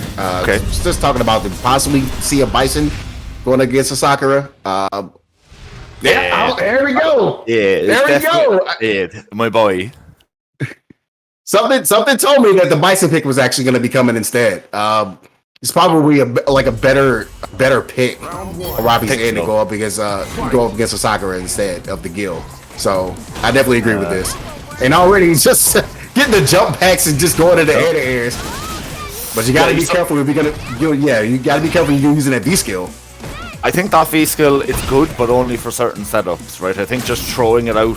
If you predict they're going to do a fireball, right? It's really good. Exactly. Just throwing it out in neutral, the opponent has so much time to react. Some characters can heavy button or crush counter it even, so you got to be really careful. That's it though. Bison is Bison, and if he hits you, it's going to hurt. Yeah, indeed. But you got to be able to also fully connect those hits as well. Woo, that tech in the screen, yeah, you die for that. You die for that. Round 2. Fight. All right, see, we're gonna see if we're able to get a little more adjustments, able to get in with the Devil's Whispers. And once again, just using that raw V skill, and man, Get Blame is ready for it, and also ready for the CA and a pro reset. I'm not sure about the pick of Bison is good, but the way Rafi's playing it, just throwing out these V skill 2s, it's just getting him killed. Yeah, indeed. I mean, you think he's tried it 4 times and Get Lane has punished it 4 times, so I think you just gotta stop. Yeah, you definitely have to do a little something different. If you're gonna go for the V skill, you throw it out after you either you get a cycle ball, or maybe you throw it off. You see the fireball is coming. So you gotta be able to read that a little bit better, and I think they're relying on the V skill a little too much. So hopefully there's a little bit of a switch up and change in strategy. So Get Blame will probably get punished for his troubles better. Yeah, exactly. That's a big crush on this. Yeah. No conversion though. That Rafty's not confirming anything. Stopped with the kind of YOLO V skill 2 though, right? That's good. So yeah, definitely at least kind of recognize maybe the V skill is the way to go at the moment. Kind of using it in a certain situation. Rafi's honestly just jumping back and forth, just trying to see if they can find some kind of button, some kind of good hit, so we're able to actually get a full conversion combo. I feel like Rafi has also been playing, up until now, has been playing very passive, right? Which is not how you want to play Bison, really. Yes, you can't just go wild, but I feel like they've been backing off a lot more than walking the opponent down, which is kind of your goal with Bison. Indeed. Yeah, it's definitely paying dividends for Gitblame. He gets him with the shimmy. Sazi gets going, spin the wheel, get the rounds, just kind of put some fear in the heart of Rafi here. Very nicely done. Round 2. Even though like you spend all that meter, yeah, it's definitely one of those situations where you're like, you know what, I got this. I can always build it back. Yep. Gotta spend it. I think especially in this version of Street Fighter and this version of Street Fighter 5 as well, right? You build meter pretty fast. Spend it. It's already sitting on one bar with a lot of different buttons and checks. So even though Rafi has full meter, you opt to use it on a meaty situations, kind of get some damage. See, we were kind of getting this question. Okay. There's a combo. There's a combo conversion. What's the name of the OS anti-air? It's kind of hard with Bison and the anti-air, so it's tough. Counter hit, that should be enough to kill, I believe. No! Oh, Bison stays alive!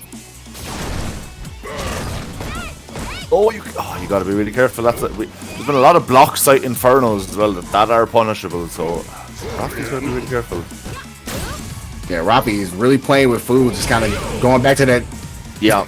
Going back to that jump back devil's reverse option, and it's definitely not working out on that situation too. It's a little doesn't work, right? Like doing non-EX at full screen like more than one time, like the opponent is just going to see it because they're going to be looking for it, right? Exactly. It doesn't really have any invincibility that they can just jump and counter hit it. I'm really not sure about this Bison pick, or at least I'm not sure about the way Rafty is approaching the matchup anyway. Yeah, indeed. I feel like this playing, I don't know, kind of like this wild runaway style.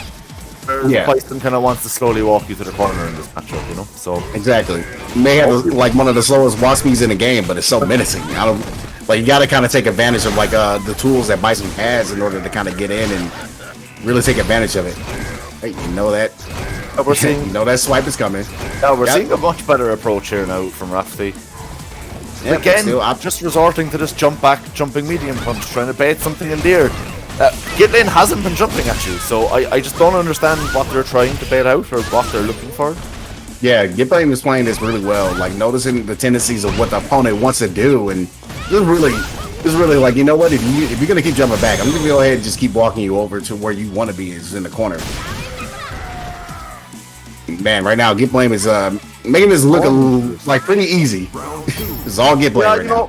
Maybe it's a new character for Rafty. They just want to try him in tournament. That's that's cool too. You know, a lot of people do that. I appreciate that, respect that. Yeah. Not an easy character. Not as easy of a character as people make him out to be. Has a lot of little weird things you got to learn. Indeed. If we get this forward throw though, and I get a landing devil first. Or like oh no, the missed time on the meaty. Lame saw his gap, took his gap, he XDP'd. Trigger available here though for Git as well.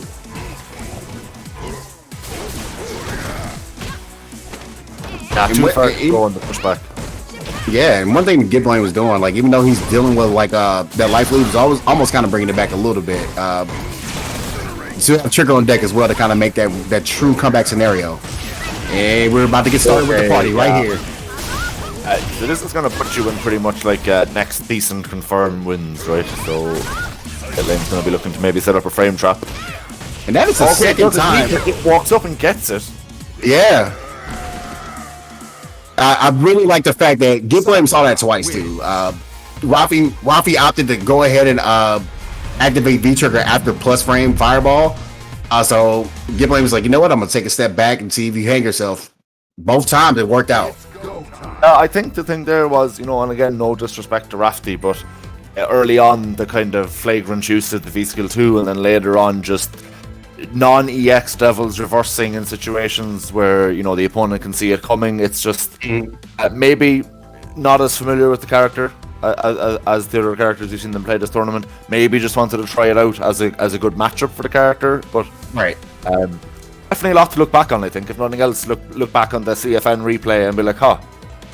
You know, 'cause I think that at the time, you know, and this is coming from someone who plays Bison, I'll often do a V-Skill 2 or a Devil's Reverse or a slide and be like, nah, there's no way they saw this coming. And I look back at the replay and I'm like, whoa, the whole of Ireland saw that one coming. You know, so I think retrospect and replays is a big thing for improving. Yeah, absolutely. The game, you know.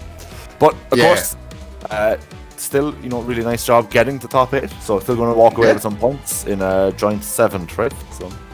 Yep. So not too shabby on that one. I believe the points that you get for 7th is 15. Can't remember. I think it's 15 because you get 1 for entering, guys. Yes, 1 for entering, and I think it's 15. Yeah, I think it's 50, 40, 35, 25. No, you know what? I've already said it many times. Me number bad. Me no remember number good. So. You actually both should just stop thinking. You're both what do you mean? Then I'd have to start. 7th is 20 points, 5th is 25, 4th is 30. 25, yeah. Ah, okay. Yeah. Come on, Regis. You do like 3 of these tournaments a week. I haven't done one in like a month. It's okay. I'm not going to remember everything. I'm sorry. That's why I always send you stuff before the tournament to look at it, but you never do. I did look at it, but all I did was look at the shiny pictures. That makes it even worse, you know? Like you looked at it and can't even remember the point system. Nah, you double fired. There's a lot to remember. There's a lot to remember, okay? A lot to remember. All right, we're gonna get into the next match here. We got Cajun going up against Mephi.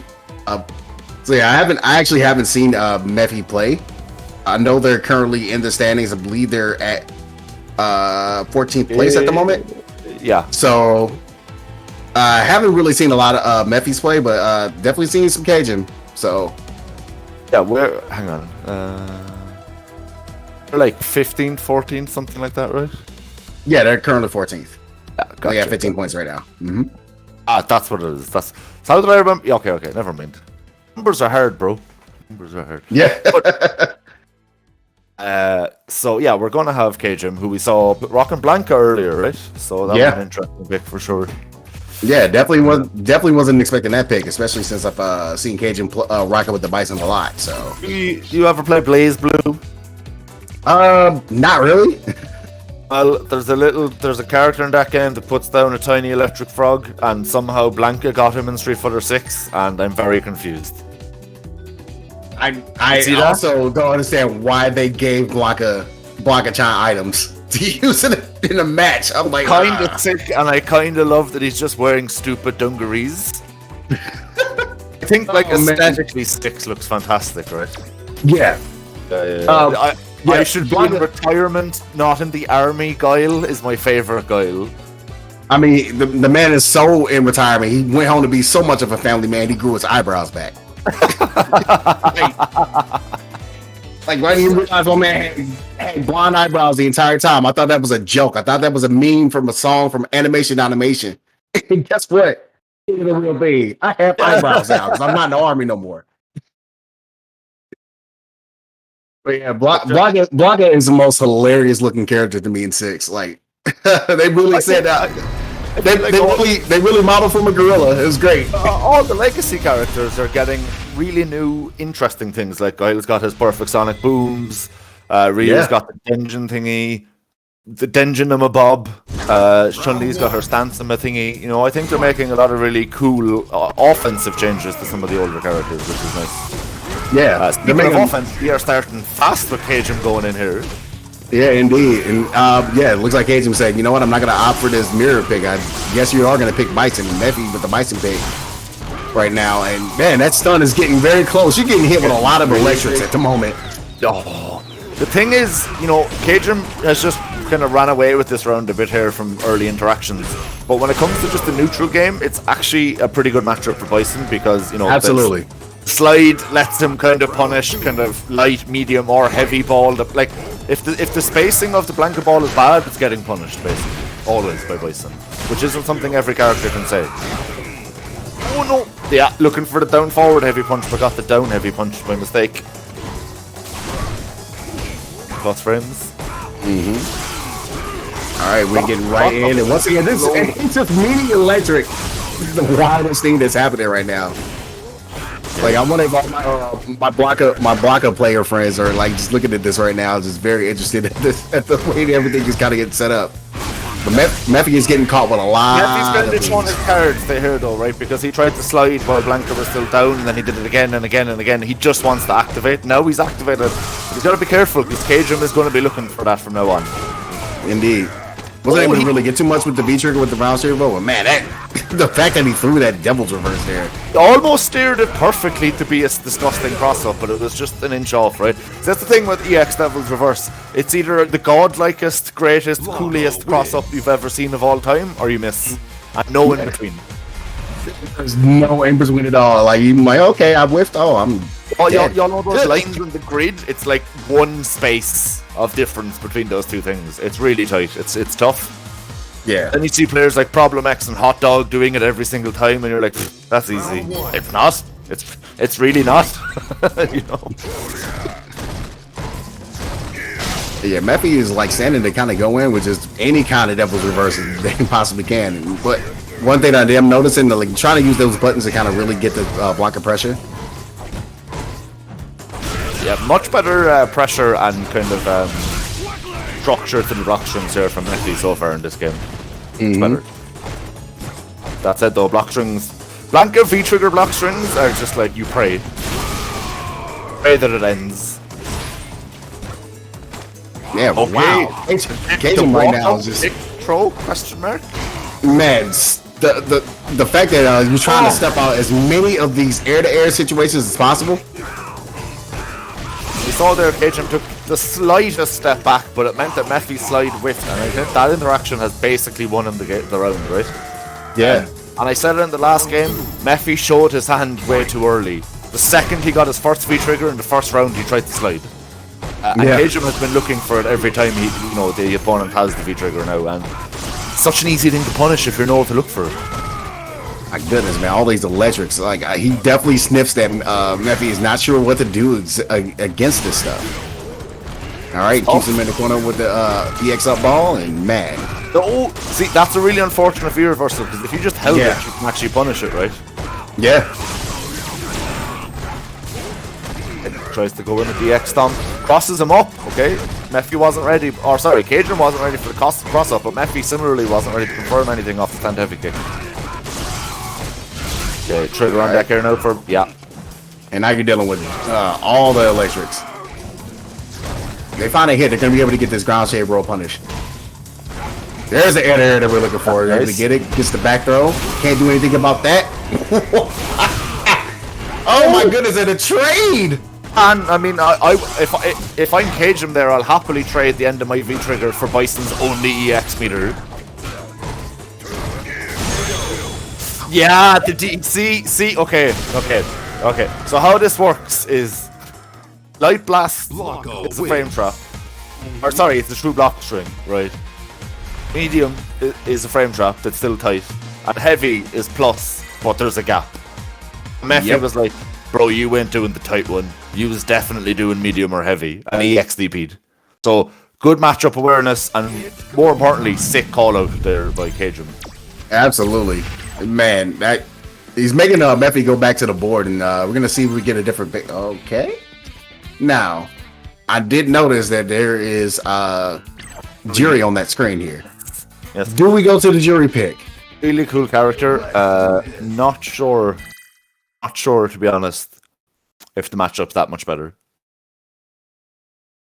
I mean, jury is like really good this season. I mean, I kind of went back to learn her a bit more this season, and I just don't like the fact that you need a specific stock for each special. It was like, damn, I would prefer if you could just buff them with stocks.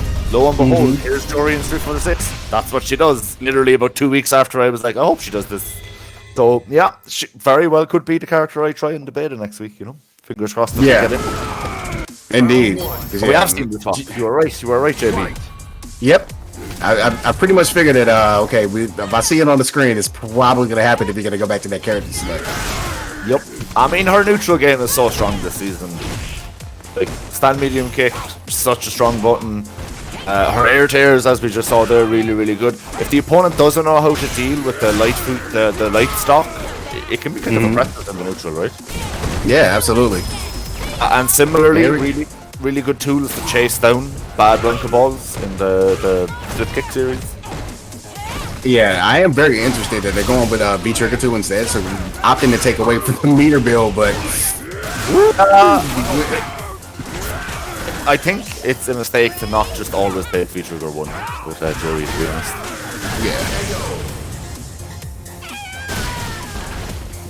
Cajun moving pretty securely onto set point, looking to take a 3-0 here over Mephi. Of course, this is loser side of the bracket, guys, so if Mephi doesn't make something happen, like literally in the next 90 seconds, they are unfortunately out for today. Cajun's going to be doing everything in their power to try and... Bison. Yep. Nice jump in there by Cajun. Yeah, very healthy, and just still, once again, just harassing with these electrics. Do it again. I love when people do 3 throws in a row. It just activates all the neurons in my brain. Yeah, Mephi decides to go opt in for that. And this is that situation where I don't think it really matters. Just like hit V-Trigger 2 against a character like Blanca. They already had the meter. Like, if you're going to do that, I'm going to go ahead and just up-ball you. This was definitely pretty clean by KGM, going up 3-0, able to take any character that Mephi was going to throw against. But Mephi gets a nice little healthy set of points there, 20 points. So, and I mean, with the Bison actually played pretty solid in a lot of those rounds. I think KGM A just has more experience in the matchup, and B was just more ready on the day.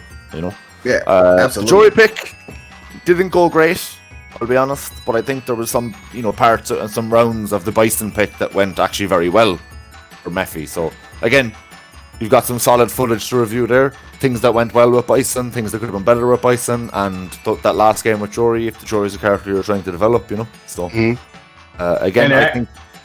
Yeah, and I believe it's a character that, if you're gonna develop it, that is a good character to have, especially if you're gonna be trying to slide your way into that top 8 situation. Because from what I see in my in the standings here, Mephi's definitely going to get a bump up in the standings into that top 8 situation due to the amount of players that we have here. So with Vanguard not participating in these last two tournaments, Mephi actually taking that spot. They tied up.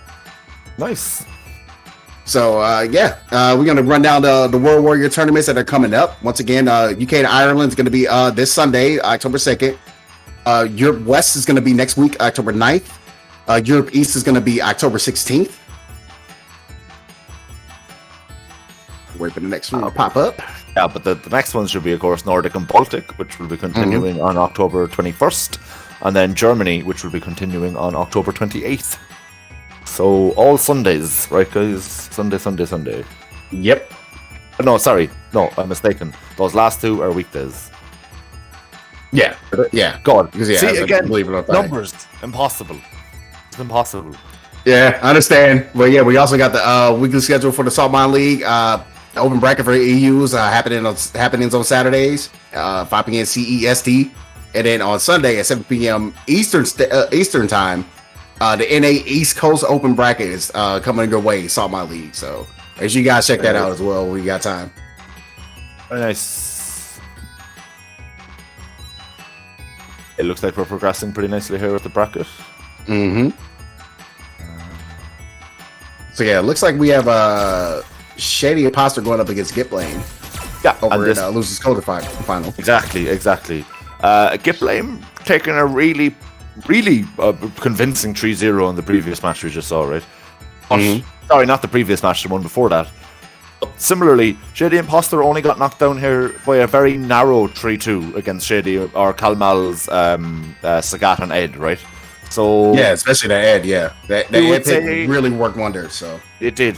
But I think between these two, my money is on Shady Imposter. But it could go either way, right? I haven't seen the two of these play directly against each other in quite a while, so I'll be interested to see what happens. Yeah, definitely interested to see what kind of tricks it has up their sleeve for the Sakura pick. So yeah, let's definitely see how Get Blame does here. Let's do this. Looks like we're getting ready to rock there, guys. Yeah. Don't forget, as we were just saying, there's plenty more. There's 2 more tournaments this week, right? So we got the normal open bracket tomorrow for you, and then we got UK and Ireland on Sunday, and then Sunday night we got the US East. So there's 3 more events for the next 48 hours. So make sure to support your local Saltmine. Yeah, absolutely.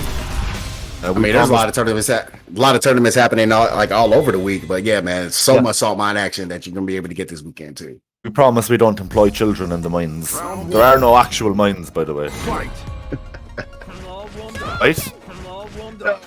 That's what happens when we get fired. We're actually getting sent to the mines, dig out the salt.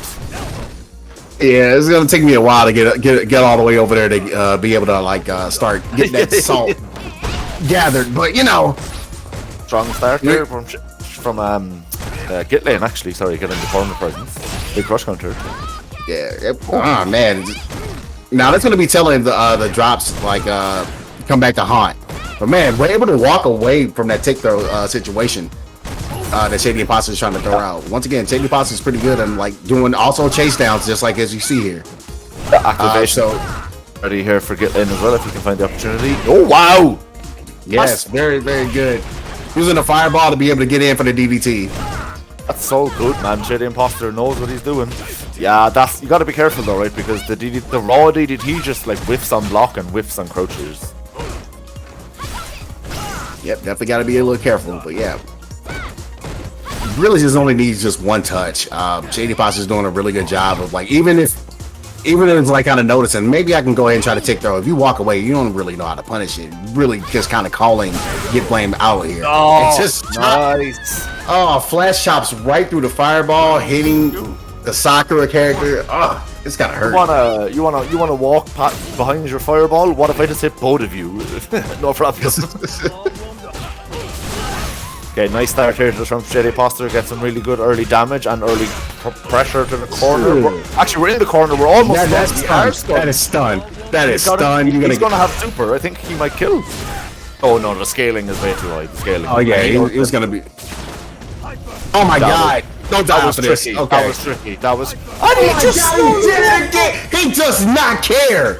He does not care. He had you spot. Alex wins. Bro. Shady Imposter, man. Can someone do exclamation mark Alex in the chat? That's the perfect moment. Oh my goodness. I feel like in that couple of frames of micro walk, Shady Imposter was just That's one for the Twitter compilation. Oh. Whoa. Really calm, collected, and cool there by Shady Imposter, showing us what he's got. Git Lane definitely has his work cut out for him, right? Yeah, he really does, man. That's kind of one of those situations where he really just put the fear in your eyes. Oh my goodness. I think that's a massive thing about playing any kind of grappler or kind of semi-grappler character, right? If you can instill a sense of fear into your opponent, you've already won. Exactly. Here we go. That was a really good whip punish there by Get Blame, able to get that corner carry, but not able to time the meaty correctly. This is gonna hurt. Now you're in a corner. Fantastic positioning here again for Imposter. Base DXDP, and he's got an activation ready to go as well. I think he's just going to take the knockdown, and then next hit, activate into stun. You don't even need it. Just into the grab. Yeah, it's actually the furthest range command grab in the game now. Oh my god. Do you know that Alex reaches further than Abigail? Don't worry about it. Never miss. No, you know how he's able to reach so far? It's because he's pointing his legs backwards, so his hands go forward further. It makes, trust me, I'm a scientist. Now, he said now it all makes sense. This is why Alex is the way he is. Oh my goodness, the stun bar once again is wow. Immediate hard hit. Here we go. You're dead. Don't even need to finish the combo. Really wants to get back up to grand finals. I mean, he's got a couple of games to go. He still hasn't won this against Sakura, and there's another couple of games after that. But I mean, there's a fire in his belly right now. He is storming through this losers run. Indeed, man. Just all the command grabs using the knowledge of the range, the command grabs to be able to kind of get these stuns going.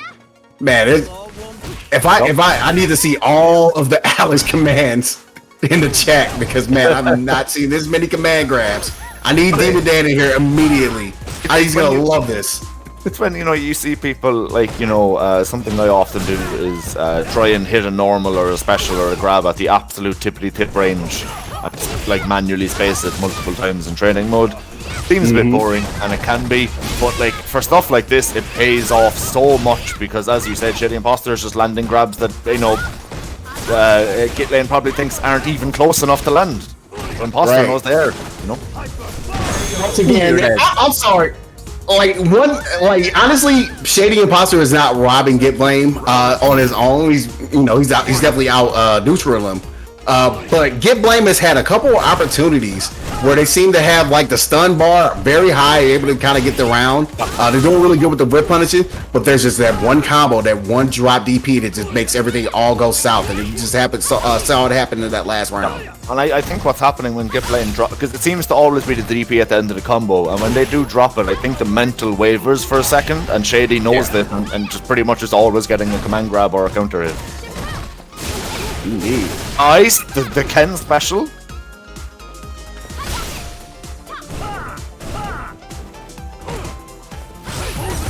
The counter before it activates. You really got like one or two more hits here. Yeah, man. I mean, also Shady has super, so I mean, he might only need one hit. Oh my goodness! What a conversion! Good job by Get Blame. Trying to fight back. You still need this game. See this round and seal this game. Oh my goodness! That's the second time I've seen that overhead today. I really think it was like not on purpose. Hey, Shady knowing that it's his turn, trying to put the pressure on with the lariats. Oh my goodness! This is just a lariat oppression. Yeah, you have to kind of be reversal a little bit, kind of at least get it off him, but you're still getting hit with a lariat. Other way. And again, and I think Shady knows that Git Lane doesn't know how to do Not enough lariats here. Oh my goodness, not enough indeed. This is just to catch up on a life lead. Yeah, should about even it up. Okay, it's Shady Imposter still with a small lead. Oh my god, just raw V skill did not get blown up for it. Activation. The one hit from Imposter is so good as well. And right now, Get Blame needs to be a little careful because they don't want to get into a situation where they use too much of the V meter. They need that V reversal to kind of like get away from the chops. Or they might just just that grab. But it works. It works. Oh my goodness, Shady Imposter really showed no fear the entire game. Goes up 3-0. Very nice. He moves us up in the semifinals. Man, that was really good. Scary.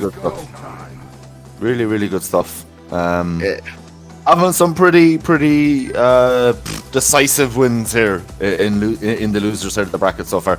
But that happens, right? Sometimes loser side just ends up with a lot of killers, and it's a really tough spot to be in. Right. As a player, we're speaking of killers though. We're going to see Cajun against Darky next, right? Darky, did lose quite poorly to Merkin in winner semis, right? Right. Other than that, today has been playing pretty well on the games on stream. Similarly for Cajun, right? Cajun was knocked to losers a little earlier. Guys, do me a favor, wait for my invites. Okay. I need to do some stuff in the background. Cajun, did take the previous game very convincingly himself, 3-0. So it's just, I'm very curious. I think of the going into the next set of matches we had prior to this, of the three matches left, this was the one of the three that I feel like I can't call at all whatsoever. I agree. You got Darky over here with the Luke pick. Luke is gonna be the character that definitely is gonna do wonders for you, especially if you kind of like know his tool set. Cajun is kind of been hasn't really rocked the Bison recently that much. Oh, we've just been seeing mostly the Blanca, right? Yeah, just the Blanca on Cajun side. So, and again, the character's such a knowledge check, right? Absolutely, especially in this situation. But I have seen enough of high level Luke versus high level Blanca on the state side. I've seen a couple of times where my buddy Wolfgang would go up against my boy Space Boy, and man, it's definitely one of those situations where like if you have like certain ticks or certain items that kind of throw the Blanca player off their game a little bit. You absolutely easily capitalize with Luke. Luke has so many different advancing normals that can kind of like punish. Like if you try to like space out traps and Blanca balls, like yeah, it's going to be very tough to like pull that off against Luke. So it's definitely going to be interesting to see how this goes. How Darky actually plays this against Cajun if Cajun goes with the Blanca pick. But as if they go with it, Okay. Yep. But we're seeing the Guile from Dagon. That is very interesting. We're going to Gal instead of Luke. If the character can throw a fireball and do an uppercut, Darky has tried to play them at some stage. Yeah. Again, yeah, I'm not entirely sure why opting for the Guile, maybe just wanting to deal with the Blanca stuff as little as possible.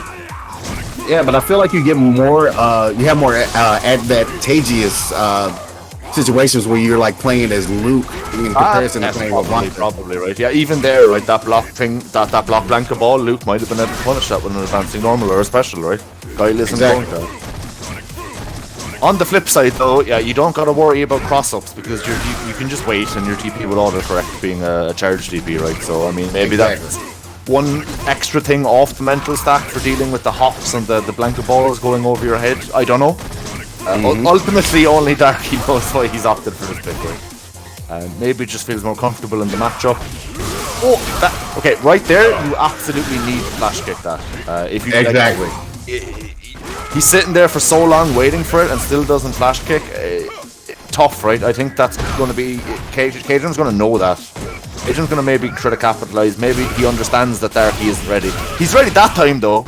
Okay. Exactly. Okay. Now we got the anti-airs going, and now he's trying to see if we can go ahead and just space him out.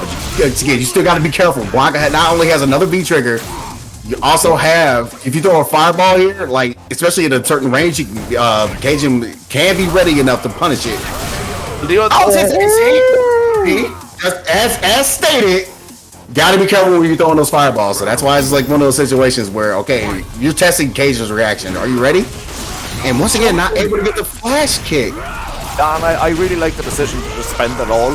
A, it's a jump in, so it does a lot of damage, and B, it's your round up, spend it all, you get the meter back. Here you are, you get a 40% life lead. Exactly. Might as well spend that cash you earn in Street Footer because you don't earn it. It's not too hard to earn. Yeah, especially since you're like, especially barely. Oh my god, you are definitely getting blown up for that missed time flash kick here. Yup. Not sure what you were kind of looking for, and now you also get the activation. Nice. Yep, got to deal with the plus frame thunders. Doesn't hold it all the way down. I am very surprised by Darky just kind of hold that ground shape roll and saying, I'm not gonna jump. You're not gonna do the full thing in order to get me. Flash kick, nice. Command grab. Oh, the upside down clip, but let's get the full combo. This might. And again, he was dead. That hit in the weirdest way possible. It was like he was intentionally juggling him from side to side. It looked kind of sick though. Yeah, but that's another thing. We're seeing a lot of like round start jump-ins or slides from Cajun, and Darky just kind of isn't anti-airing or punishing them. That's definitely something to watch out for if they want to get back into the set, right? Yeah, he's definitely just out there. Now you see him charging back, so you know he's looking for a jump. Cajun's not really getting into him. Oh no, that's gonna hurt. Goes for a little more modest punish, but still able to kind of get some damage on the board here. Yeah, I guess the game plan here is if you block the Blanca ball because you're holding back, just you can immediately boom and get the pressure, kind of your mid-game offense going. Again, I'm not sure if it's better than the Luke, but being able to cross-cut much more easily is a really nice advantage in this matchup. That is true. I think that's probably why we're seeing a Gal pick. He wants to be able to kind of, he knows that Cajun likes to jump and try to go for those constant opportunities. So yeah, able to autocorrect flash kick is just helpful, man. It's working out. Being able to get this game here. And I think Darky's A, starting to get the anti-airs on point, and B, kind of dictate the rhythm at mid-range a lot better. I guess maybe it was just the case of Darky trying to see what kind of Blanca Cajun was playing, and Darky looked like he adapted. He was looking like he's adapting, so... Yeah. Again, we saw Bison for Cajun on character select, right? Does he have Bison for tournament? He definitely does have a Bison for tournament. He's absolutely made top 4 at least in the last tournament with the right, Bison. That was with Bison. Yeah, you're right. Honestly, Yes. Cajun kind of making me a Blanca believer, which is something I never thought I'd say. A lot of people, but again, like I said, man, when you seen like a couple of Blancas, like not only in America but also in Japan, they've like really shown what this character can do. Like whenever somebody puts him on a lower tier, I'm like, you guys really just don't know the character. That's fine. Like I've sparred enough against Blancas to be like, this character's not as bad as y'all think. Oh yeah. Right now, Darky doesn't care. Darky's believe, oh, this character sucks. We're gonna go ahead and kill him with that. That was absolutely perfectly spaced and timed. Really nice stuff there from Cajun. Is struggling against the booms, yeah, and tries to get a stock at the wrong time and just gets clipped. Yeah, which is interesting. Cajun has all these stocks. I guess he's trying to opt for building V-Trigger instead of actually punishing these slow moving booms. Be able to see that coming out. You got to be able to react with the B skill and again get the either a block ball follow up or you get charged up again after you punish it. So you got to be able to get that charge and then use the charge right after. Got to be careful with that. Okay, opportunity here after getting in with the EX. Yeah, beautiful jump there from Cajun. Predicted the fireball, and he's just crossing him up left, right. However, I don't care. Here's an EX flash kick. The fact that he got hit with so many different thunders, it was wild. Like right. Your opponent's just hopping on your head. Eventually, you're just going to EX flash kick, right? Yep. It's super almost available here for Cajun. In fact, if you can get anything here, you can confirm into super. You can confirm into EX. Yeah, he's not even going to send the meter, actually. Not at all. Yeah, Darky kind of giving him the round there, giving it away. And very importantly, Cajun gets to carry all 3 meter into the next round. Yeah, that is definitely something where I'm like, okay, I'm glad you made this mistake. So I'm going to capitalize and keep all of my cash. Now I have a lot to use. You're still not able to anti-air me either? Oh, yeah, I'm going in. I think Cajun was trying to kind of overload the ground stack a bit more before he goes for the jump in, because Darky has been anti-airing a lot better. Really nice anti-air there again, as we say it from Darky. Okay, slide after it. Goes right into it and see where we kind of get away with stuff. No anti-air from Cajun. Again, no anti-air, no conversion either off the crouch medium kick. And they're kind of playing this a little more slower than the last game here, the last round here. I think the guys are a little nervous to try to get this up, especially on Cajun's side. He has to take this in order to be able to tie this game up. Goes with the EX up ball and able to get a jump in here. Yep. Definitely wanted the flash kick. It just wasn't able to get it. It probably didn't come out right. Yeah, a lot of grey built on Cajun's side as well. It's recovering. He's not going to catch it. Oh, wow! Tries to go for the throw. And one thing I noticed, Cajun likes to do a lot of hops into walk up throw. And the thunder. He doesn't do the throw. Yeah. Wow, but man, speaking of thunder, he's able to go and get that clip and finally goes up 1-1. Man, that's really nice. But yeah, you're right. He's been mostly doing hop into thunder, right? And then the one time he goes for the walk up throw, it's hard to react to it, right? Yeah, it is. It's very hard, especially when you get a knockdown in the corner. Like there's so many different options that blocking can do. He can either, especially if he has a bar, he can spin that bar to use rainbow ball over into the corner and kind of get across it that way. And if you end up getting it, some blockers just like to toss you right back into the corner. So it's definitely one of those things where you got to be aware of.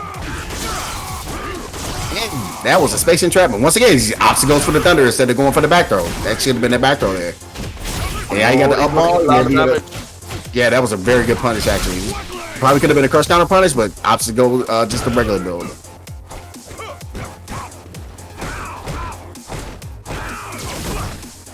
Man, he's slow forwards, man. Yeah.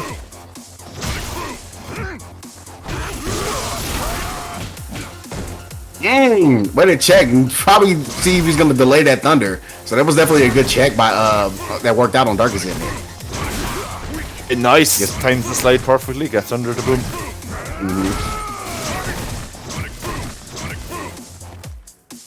Yeah, I actually like the way that Darky is playing. Like Cajun could be able to try to find a way to like try to see if they can get a knockdown and then charge up their B skill, but they haven't really gotten the opportunity to do so. Darky's doing a really good job making sure these booms are hitting as much as possible, just like that. Yeah. He gets a pocket activation. Yeah, but like that was a close round. But as you said, JB, toward the end, I think Darky had Cajun locked down exactly where he wanted. Cajun probably feeling a little suffocated by the boom spacing, right? Yeah, absolutely. Like the smallest of changes to the timing of projectiles can really throw off your attempts to get in. Absolutely. You definitely see that Darky is definitely mixing up the boom timing here. Down on the life lead and actually in the corner, but y'all like you just cannot jump on down. So it's one of those situations like, how am I able to really navigate this in? And Casey's doing a pretty good job so far in this round. He is. He's winning a lot of these little interactions here. I definitely want to see some more anti-airs from Cajun's side, because Manga has a pretty good anti-air that kind of deals with like those kind of little bit more closer jump ins. So you got to be a little careful. Cajun also has just all the resources in the universe right now, so he's nice. There we go. That's fine. That is a boom that you take when you charge it up. You still got to charge. So exactly. They can't throw another boom, and that works out in Cajun's favor. You got the slide, don't even have to worry about spinning it. You're gonna activate anyway, so it's pretty good. Very nice. Oh, actually caught him pressing something there. Maybe tried to jab too far away. Cajun caught the counter. Super still on deck here for Cajun. Oh, it's going to be a big punish. He just going to super take the damage. Yeah, I agree with it too. He did that last time and it worked out in his favor. Easy 400 damage there for Cajun. Takes the time to charge up. Did not have the full charge yet though. There we go. Oh, once again, didn't follow up with the Blanca Ball. That's fine. Still gets another charge. You got to be careful with these booms here at this point. Oh, the shimmy, the dash up shimmy. We love to see it. Man, there's the third time he got hit with that upside down kick. He's just really just using advantage of that when it goes into V-trigger. Cajun kind of forced his way in, and again, no anti-air for Cajun. Definitely an area that he's been lacking in so far in this set. Yeah, you still got the charge on Cajun's side. There we go. Now we see it. There we go. Close it out. Nice. Blanco wins.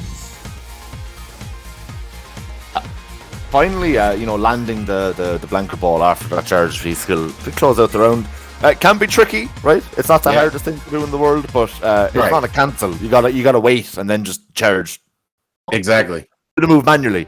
So sometimes, in tournament situations when you're, I know because I play charge characters too a lot, right? You're sweating, there's pressure getting to you, and you just press forward too fast. And see, the thing is, if you try and throw a fireball too fast, well, you can just do another quarter circle. You can't hold another back charge for a second, Yeah, it sucks. Like playing a hybrid character like Chun-Li, where she has like a lot of different charge moves. Yeah. Oh man, it's kind of weird or how the timing for her stuff works too. So I definitely understand because certain things like with SBK, I can get SBK like pretty well on the timing, but when it comes to like fireball trying to combo into fireball with like her bread and butter is to be fair, most of the charge characters aren't that hard, right? Because Chun-Li's bread and butters are like extremely tight, like they're really tough combos. A friend of mine from playing fighting games a long time on, he recently got over his like fear of charge characters. Mostly from me just beating it into him, but also I highlighted that back in the day we used to have charge partitions, and thank God those are gone. Yeah, they're gone in this game, but we don't know. They might be turning into Street Fighter 6. But man, can we talk about the fact that Darky said I'm going Balrog after the loss of busting this out. Okay. Darky showing us he plays half the cast. I like it. Gotta be careful with those low rough punches though. That close. And the straights. You got to be careful. Like you got to space those out as best as possible. The only thing I can think of in this matchup is that Balrog punishes every bad blanket ball as well, right? Mm-hmm. But got a duff though. Oh, he's trying to go for it again. Yup. Trigger almost on deck here for Kenji as well. Or sorry, Cajun. Doesn't need it though. Doesn't need it. Set point Cajun. Might be sending Darky home. 3-1. Yeah, and that's kind of a little bit of a shocker there. Cajun's playing really well at the moment. A jungle shocker, you could say.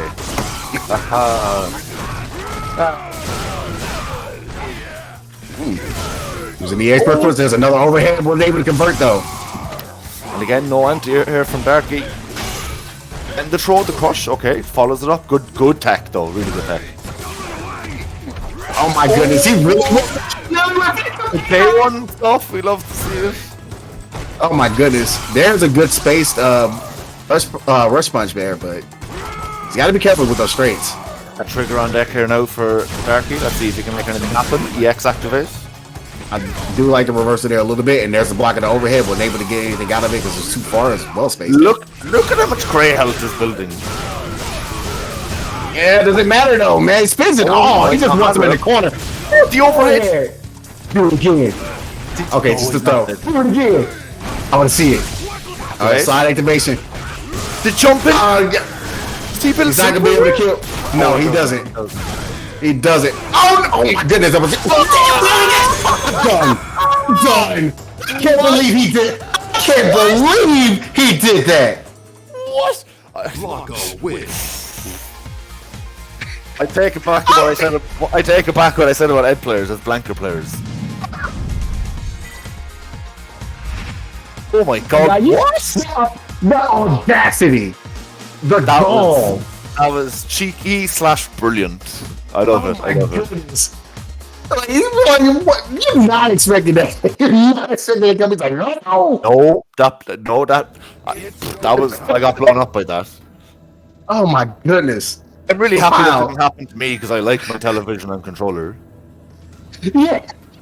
You know. Sorry. Oh. That sounds great. Benjamin's going up. He's going to go and lose Sadie and possibly lose the semifinal. Even Ace Cam died because of this, huh? Oh, did this? Yes. Oh, hang on. I'll get it back. Oh no. Your Cam died, bro. Blanca just 10-0 matchup versus webcam. Yeah, Blanca killed the camera. Somebody did that. And your mic, LL. Yeah, your mic is broken. He's you in a submarine, bro. Yeah. Second. No, it's Alright, better. give me 1 second to sort out the camera. I'll send you the link again. Just give me 2 seconds to restart it.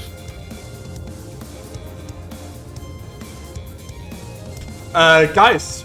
Yeah, so I'm alone here right now. Cam is broken, sound is broken, everything is broken. What is not broken is the Saltmine League season streak. We are in season 15 of Saltmine League EU Open Bracket. So if you want to join tomorrow, you actually can by joining our Discord.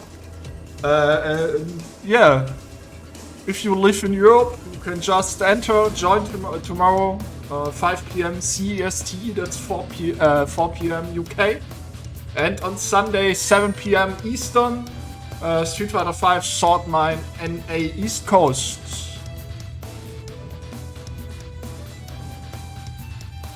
Alright, test. Yeah, Is that's it way better. perfect? Okay. So can we fire Blanca for breaking the entire stream? Can Ace, if Ace can fix his mic now, it'd be great as well. Yeah. Cajun, you're fired.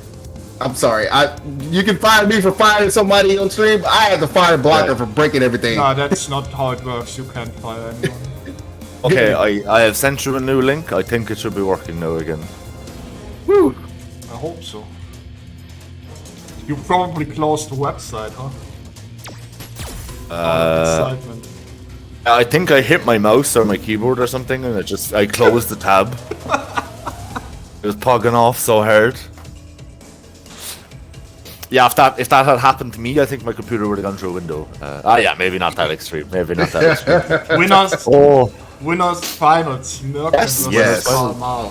And for anyone in chat, I'm sure everyone in chat is well aware how double elimination works. But for anyone who maybe is newer to the FGC or newer to the competitive side of things, double elimination means you're still in the tournament until you lose twice. Which means the winner of this match will go to grand finals on winner's side. Being in winner's side and grand final means you're allowed to lose grand finals and they still have to beat you another time. It almost feels like cheating. I mean, you earned the spot, though. You earned the spot. Easiest way to explain grand finals is you got a little cousin and he comes over, play Mario, and you're like, I hate this little kid, but my mom makes me hang out with him. So you play Mario and you have a good controller and 1 extra life, and he's got Luigi with no extra lives and the controller that doesn't work. Oh my god! That's basically what grand finals are. You said I'm a player 2. Okay. Literally, that is what grand finals is. Like you're player 2 and you win, and they're like, "No, restart though," and you're like, "What?" But yeah, that is the nature of double elim. So, as we said, this is going to decide who is going to be Mario in the grand finals, right? Exactly. Muggy was looking pretty healthy, but also Kamo had a really good, really close showing against Shady Imposters. You see how the egg pick is working out. The thing with Kalmal is he can swap back to Sagat anytime he wants. Now, I don't think he should because it's not a good matchup for Sagat, right? Not at all. Not against G. So this is definitely a good pick. And yeah, man, Kamal, if he's gonna be kind of showing a little bit of his cards early, really. Also, interrupting those startup frames. I untake it back. It's Ed players. Ed players are the goblins. Oh my goodness. Nice, yeah, you see it there, man. Kamal really is clean. Just. Oh my goodness, just very clean. He's interrupting everything with the 1, 2, 3. It's just, oh my goodness, he's making this character look really dumb and able to get a conversion out of this. Trying to see if he's able to get that forward spear. So yeah, and just keeps the pressure clean, simple frame trap, but gets a hit. Good anti-air there from Merkin. Just gets swept. What? And Merkin is feeling all the pressure. Just trying to see if he'll be able to kind of get something started here at the level 3 now. Oh no, really beautifully spaced spin kick there. Yeah, that's -2. Yeah, take your turn. Merkin knows the frame data. And we're seeing trigger and skill 2 again from Merkin here. Activates off this. It gets to extend it. I think it's more to spin it, right? I'm calling it out. You know he's gonna spin it, right? Oh wait, you're dead off this, right? No. Oh, the jump back, so nice. The jump back. Once again, Kamal gets hit by that. This time you got to deal with it with Merkin's side. Man, I feel like Merkin is the guy. Someone's like special or normal that shoots them across the screen so that it whiffs, and punishing them is the closest thing to the Matrix in Street Fighter, right? almost, I would say. Right? Now, with the addition of V-Shift, that's a little more Matrix. All right, okay, yeah, with that one, that's cheating. That's cheating. Yeah, they were doing UI Goku before UI Goku was. Oh no! There it is. That was like the first one that was blocked in a while, right? Too. Yeah, indeed. You're definitely surprised that Merkin actually read that one out. Okay. Him with a massive life lead here in round 3. Yeah, and once again, I'm very surprised that Kamal is actually really hosting it and throwing out the ZAD speeds in the most unexpected moments. I think that this match could end up being like a 3-2, but it's going to be very momentum based. It could easily be a 3-0 if either of these players gets the momentum. Speaking of momentum, this is a big shift in it. Here for Kalmal. If he coming in with, that feed trigger might give him the ability to get back into this game. Is that enough to kill? No. That big shift. No, they haven't even bought the spin to finish it off. And that, what a tech! Oh my god! Look, he gets beat out by the low rush punch, but like that tech, that was teching that after blocking the cross up jumping. That's so hard. You have to be so on point.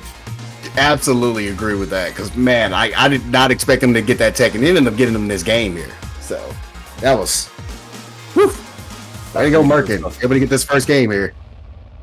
See, like, I think if Kalmal can make the adaptations and make this 1-1, we're going to get an extremely grindy set.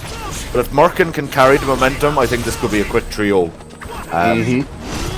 just the nature of both the players and the characters both being so good. It'll either be very grindy or it'll be like a shark sniffing blood in the water. Exactly. Right now, it's looking towards the forward at the moment. Kamal is like, oh, there's a crush counter. That's going to be a nice little combo there to get some damage here. Drop! But that's fine. Got the hard part. Got the hard part, which was dash up jab confirm. We got the hard part. And then dropped the easy part. It's pretty frustrating for Oh my Kamal. god. 12 long frames. Yeah, you were standing still. Oh, so close to stun. You gotta watch out for the overhead. He went for the command grab. He risked it all. He gets thrown again. Is he gonna pay for that? He's gonna pay for that! He's gonna pay for that! Oh, he does! Yeah. Oh, man. Come on, to bring that back, but that's so unfortunate for Merkin. That's so unfortunate. Ed was meant to just be, you know, the new body for Bison, and Bison has infinite plus frames. That should tell you all you need to know. Right? When he's in V-Trigger, maybe don't match. Oh, the sweep trade worked out really nice for Kalmal. Capitalizes with a bit of Oki, gets a counter hit, gets a second counter hit, but no confirm. But that jump in. Oh my goodness, he really did that. He figured out he's probably too far to be able to convert this. Yeah, I think Kalmal knew. He knew the spacing. He knew the range. Kalmal, yeah. What a whip punish. If he doesn't die right now, he might look to activate off something. The pressure from G. Yeah, that was wild. That was a bit wild. Yeah, I agree. Maybe that was a dropped flicker. It can happen, even to the best of us. I definitely don't think he meant to do EX Psycho Upper. There's no way. Maybe not Ending Walker with his, inhuman zoomer reflexes. It never happens, but I think most Ed players, even the best of them, it does happen occasionally. Absolutely. And we were Kamal does have a little bit of a life leave here. He definitely needs his game in order to tie this up. You don't want to snowball against Merkin. Merkin's definitely making some mistakes here. I think Kamal kind of consistently having the life lead in these rounds is frustrating Merkin. Good tech. Massive red lead. Oh man, he gets hit with the flicker. That's it. Yeah, I think this is going to be like a 2-2 last final round kind of game. I think this could be very grindy. Well, ladies and gentlemen, get ready for a slobber knocker because you're about to sit down and get ready to watch some stuff. Round one. All right, here we go. Game 3. The spaghettis at the start from both players, but Kalmal capitalizing on the scramble, getting some damage and all the way to the corner. Hey, once again, just using that flicker to his advantage, man. What can he do against it? Like, oh no! Once again, this is very interesting. I'm just like, no, not yet. Now he is not gonna be able to kill, and then ends up dropping the combo anyway. But still in that situation to get hit with a perfect. Oh, just man, your legs got clipped. I like the jump back here. Try not to get clipped by the low. See if he just does do it. Create space. Oh, really jump in. Oh no! Still not gonna die. Yeah, he didn't follow it up, and I'm very shocked he didn't follow up. Why did he just spend the EX on Flicker to kill? I guess maybe he thought Flicker on its own kills. I don't know. Regardless, Kalwal does seal the round out. Wow! Just dashes right into his face and goes right in. Nice! Again. The ability to buffer, like, your if you whiff the crouching medium kick but still being able to buffer it into the flicker, you're gonna get caught out sometimes, but sometimes it just covers you and keeps you safe. Yeah. I think that's a mistake here that Merkin needed. Right now, Kamal, again, every single round, it just seemed to have the life lead. So, like, this is the first time that Merkin is kind of working with a little bit more health on the side. Okay, uses the V-shift to kind of at least get the space in. Yeah, and deal with the big block strings from Kalwal. Neutral jump, maybe looking for the tech or something. Okay, and again, maybe gets one more use of V-trigger before it's gone. Merkin knows that as well, I'd say. Oh! He tried to go for the big stuff, the big block strings. Kalwal saw it coming, and now he's got one guess. Man grab? Normal grab.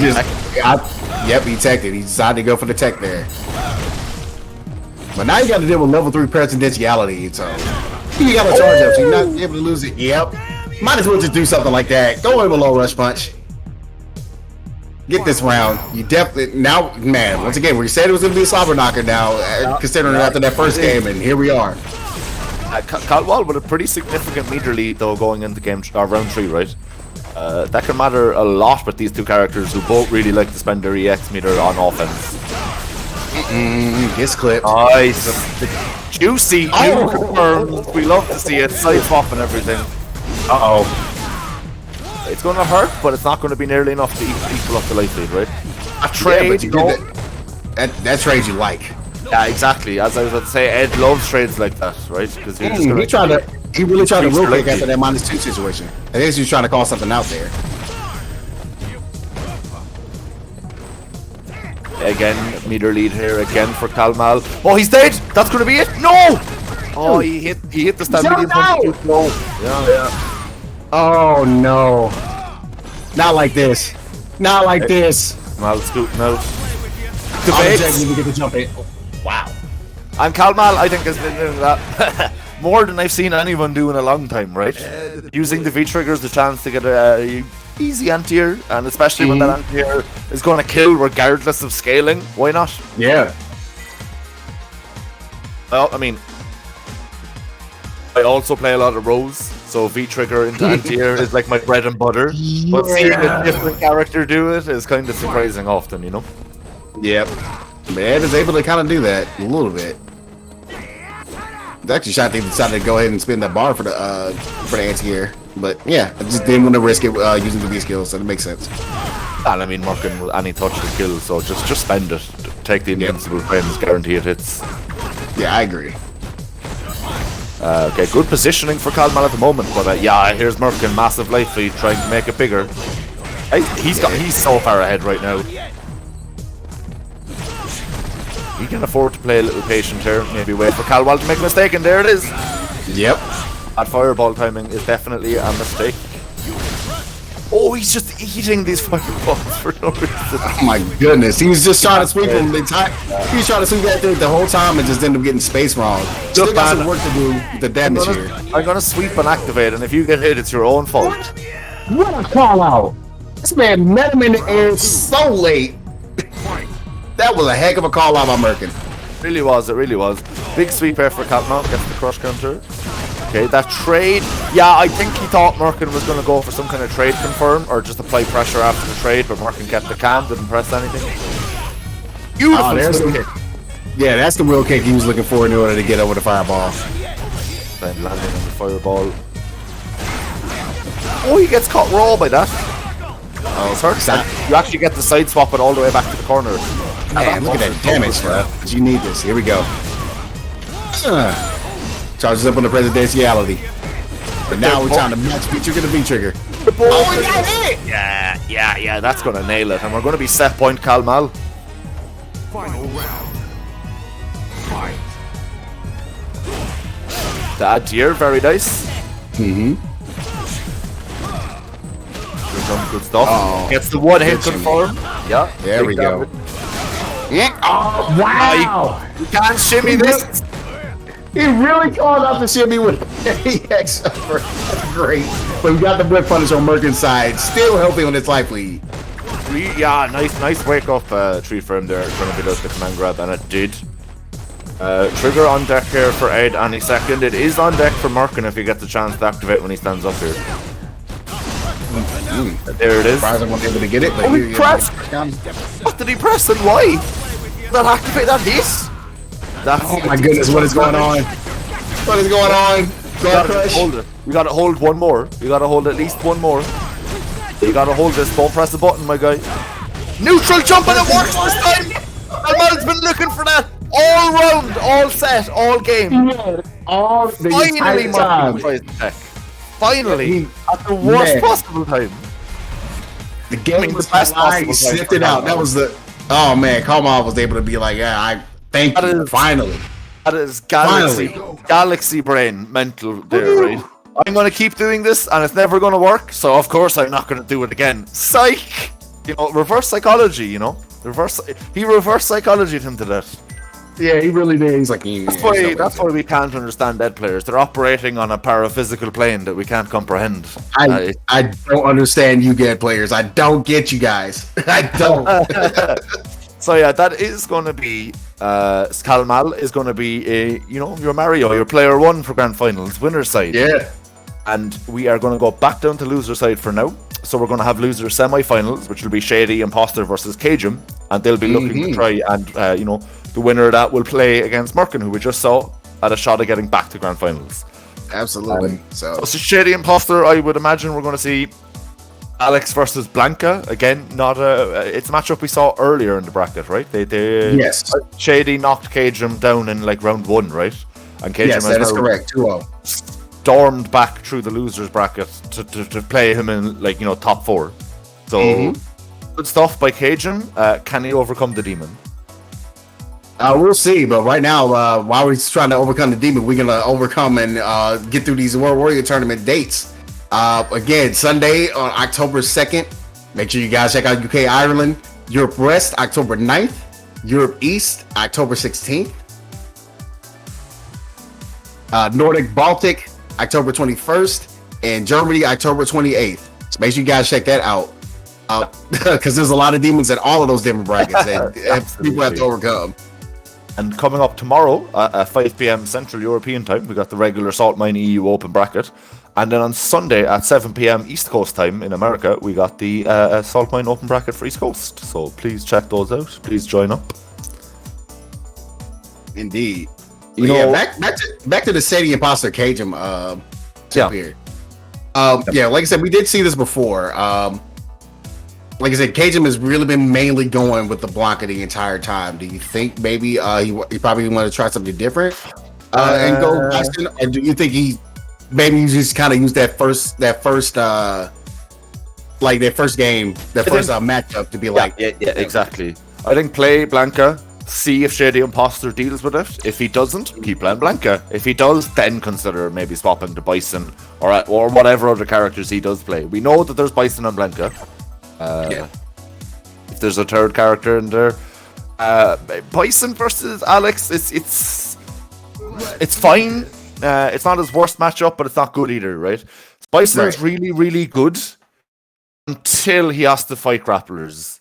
Yeah. Because Bison's whole gimmick is, I'm going to go right next to you and press buttons, and then I'll be plus.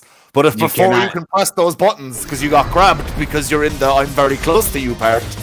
So I feel like, for example, Geef is a character that most people consider very weak in this game.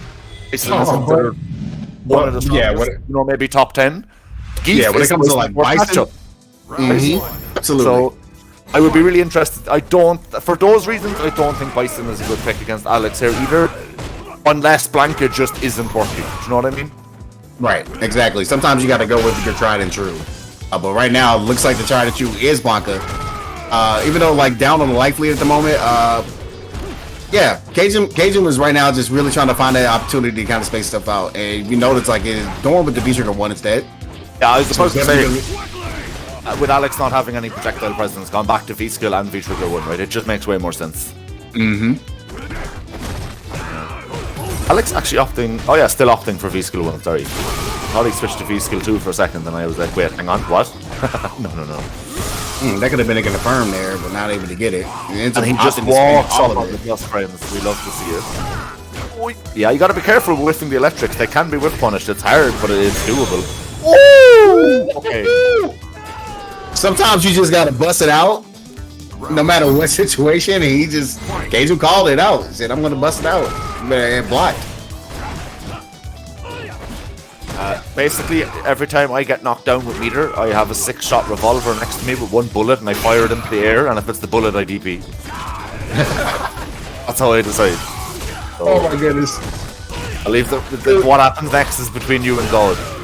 Oh my goodness. That is one hell of a roulette game there. Yeah. Trigger on deck here for both players. Activation comes first for Cajun. Super on deck for Cajun as well. Man, he is really trying these tick-throw command grabs here, like from Blanca's side. Oh, that's going to be dead. What a great catch there by Shady Imposter. Really nice stuff. Final round. Adrian looking a little cagey, right? Maybe just because he knows it's going back. This is the player who knocked him down in the first place, right? Jumping.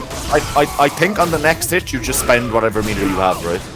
I think you need to get a life lead against this Alex and make him stressed about getting in. Because the thing is, once Alex has a life lead, like he can play slow because eventually he's just going to grab you again. Oh, the big whiff! He wanted to get the punish, but I knew he was going to go for it the third time.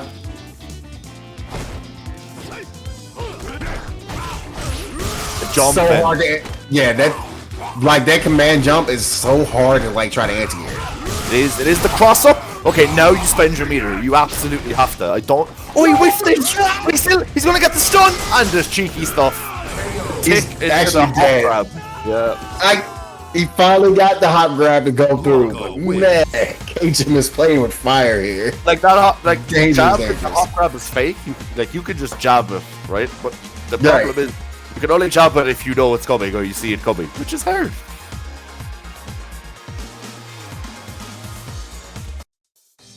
Round 1. Man, I see Chad in there is going wild with the blocker emotes. Yeah.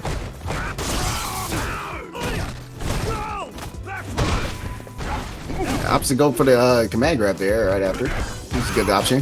Once again, very hard to really go for that the B skill. So hard to anti-air that. Oh no! The rainbow ball not working out. Oh no! JB Boxer smells a little bit of blood now. Yeah.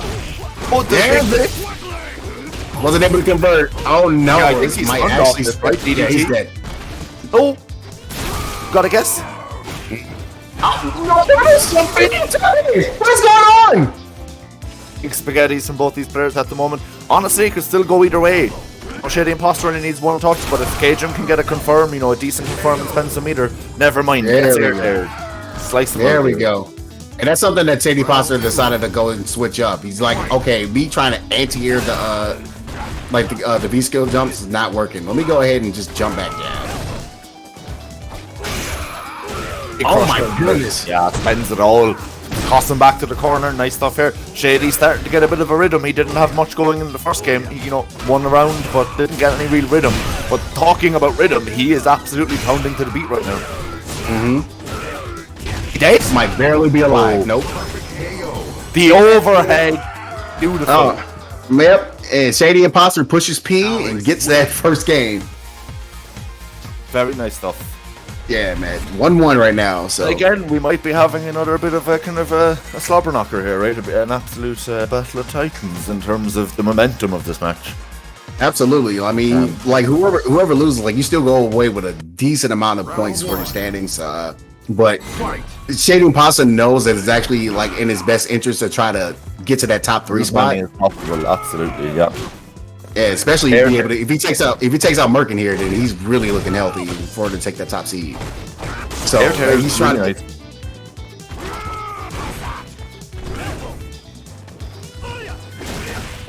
Nice anti-air this time. Now he's able to kind of sniff out, okay, which one he's going to look for. So it's all about that startup of that of the framing of what kind of jumps look like. Use the rainbow ball to get the pressure away from him. And I like the options that the change ups that Shady Imposter. See, now he's noticing. He's noticing the different animations. You see so many air tears and anti-airs just in general. He's really shutting down Cajun. Yep, he sees it all now. Oh my goodness! Again, wow, Shady. How are you still? Yeah. But how is he still alive though? Okay. Cajun with one last chance here, maybe to get a bit of offense going. I mean, if he gets air jabbed or anything, he's dead, right? Yeah, Shady knows it too, and he's looking for it. Yeah, Shady's just trying to let him hang himself, and there it is.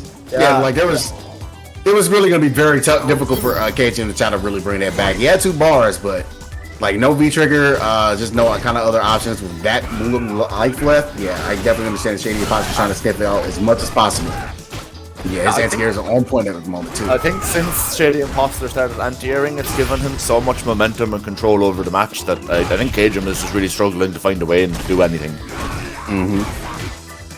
Yeah, and I think he's like, now that the jumps and the balls aren't working as much, he's trying to force his way in with a couple of slides that are like whiffing, or he doesn't have V-trigger to keep it safe, and just bigger risks. Oh, nice win on it there though. Yep, Jib, just going to get the side activation. Once again, Cajun is not anti-airing. I think he doesn't fully know how to anti-air with normal buttons with Monta. So it's probably something that Shady Pops is probably sniffing out. Did he just raw CA? Yeah. You know, I can kind of understand the decision in like an air flip out situation, kind of a scramble where you're just both going to end up neutral in each other's face. I mean, Shady Imposter had such a large life lead and so many resources that there was no reason for him to take a risk. Right. Yeah, right now 2-1, right? Yeah, 2-1 at the moment on Shady Imposter side. So he's looking to try to get up to Merkin so they'd be able to like battle that out. But you still got to get through. Cajun did take the first game, so okay. Cajun not swapping to Bison, so he's sticking to Blanca. It's do or die by the law of the jungle. Yeah, indeed. A nice start actually though from Cajun. Okay, yeah, ready to jab out the hop there. That is fake, my guys. Yes, it is. There we go. Nice. Once again, opting to go for the thunder. This is one of those situations where I'm like, yeah, let's just probably take the throw. If they take it, it is what it is, but usually not going to take after that. Or even just go for a simple crouching, quick medium kick blocks or something. I don't know. Yeah. Just mix it up, right? Just do something different. Yeah, absolutely. So it's definitely something that Shady Imposter notices. And look at the spacing that he does too. Yeah. Really nice stuff. Okay. Jump out, not, pretty good. Creates some space, activates. Okay. Uh-oh, nice. Back to mid-screen. He tries to go for a slide meaty. Well overtimed it, but he able to get a drown shape roll here. Got one more for the middle here. Oh, he just stun guns his way out of the corner. I actually agree with that because you don't want to get too locked down against the Blanca there. Oh, I mean, Shady Imposter's got like no health, right? Neither of them do. Pretty much anything here. Take it. Anything like that. Crouch. The one hit, like, I mean, Alex's one hit confirms aren't like the greatest in the world, but getting a one hit confirm into DDT, it's his best Oki, right? It is just by and far his best Oki is the DDT combo, right? So absolutely. The fact that Shady Imposter is just all tournament been doing crouch medium kick confirm into DDT, it's giving him a lot of pressure. A lot of pressure. A trigger available here again now for Imposter. It is still it is match point for Imposter. So Cajun's got to figure it now. Yeah, has a life lead, but not for long. Yeah, not for long. Okay, for another scoop. Good jump out. I dropped the confirm afterwards though. That got to be frustrating for Cajun.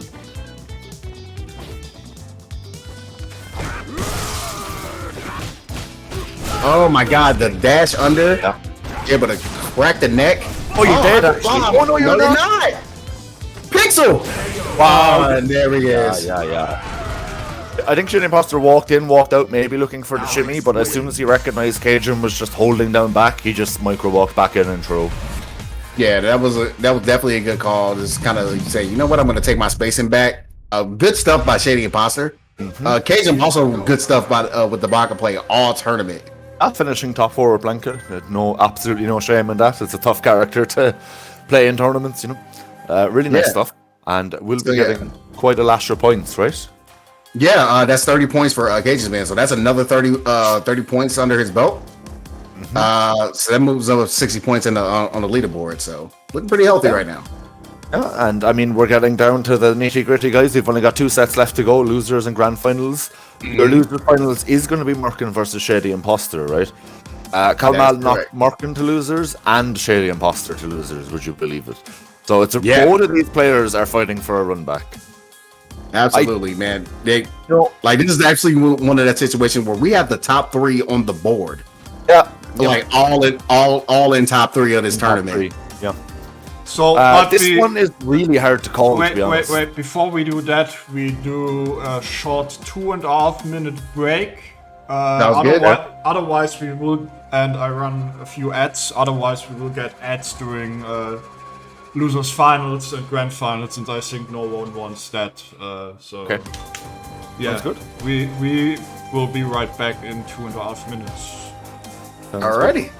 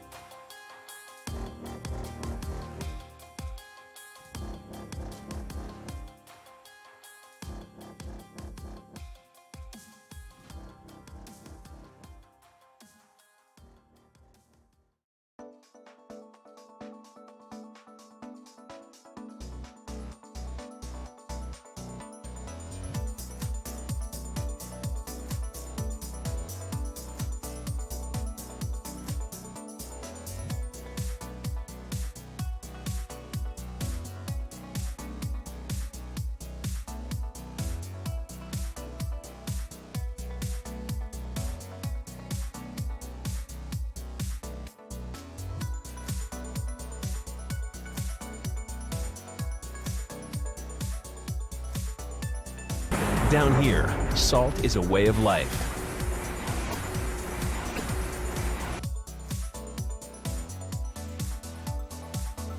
Now we unmuted. There we go. All right, we are back with Saltmine League Europe East 3. And we're getting right into our losers final. It's going to be going up against Sadie Pasta versus Merkin. Oh, I had myself muted. I'm an idiot. But yes, And fired as well. yes, I was just echoing what JB was saying. You know, EU East, numero 4 for the World Warriors. Nitty gritty time, squeaky bum time, losers finals. Yeah, this is definitely a lot of points on the line. This is the difference between 35 and 40. Five points honestly goes a long way, especially when you have like this many Big.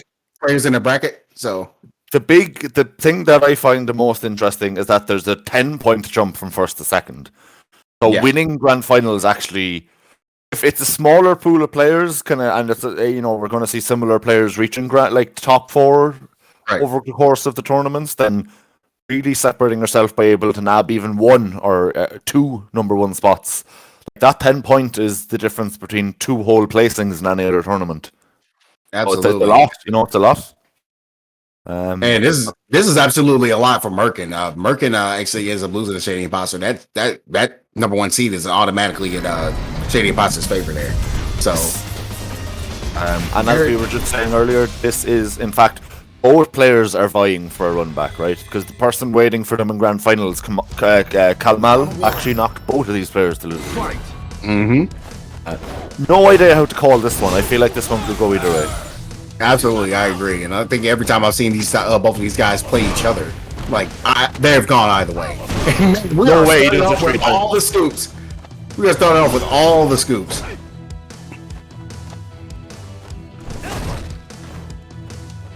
Turning to a bit more patient neutral here from both players. Trigger available for Merkin when he wants it. I think he's maybe waiting for that 1 bar VX. No, sweep activate. Oh, the counter hit, the jab confirm. We love to see it. That's a lot of damage for a jab confirm. Yeah, and Merkin is really trying to utilize as much of the V trigger 2, V skill 2 combination as possible. Alex also opting for V skill 2 in this match.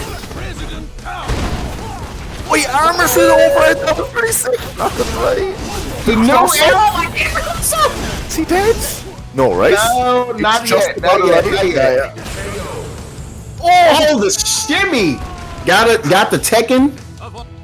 Got him Tekken in Tekken 1. This is Street Fighter, sir. I said though, Shady Imposter with a massive meter lead coming into round 1 or round 2 after a very close round 1, right? So I wouldn't say it's anything but over for this first game. Merkin's got the dash checks on point, and again he gets it. He's even getting some confirms off of the counter hit crouch jabs, right? It's really, really good. There we go. Now we or suplex. now we see some. Now we see some meter like built off here and being used. All right, just uses the break and able to get away. Oh my god, that crush counter. The Grey Manta did like 200 damage from one hit almost. It looks like. The jump here, the anti-air. Hey, I return the shimmy to you, sir. Yeah, take it back. I don't want it. Get it off me. But yeah, wow. And we've been talking about close games, and again, I think that this game and whichever one of these players gets the grand finals, the next couple of sets are going to be real close either way. Yeah, indeed. All right, the option to go and get the presidentiality after the edge, kind of pushing back. Oh my goodness. And again, you know,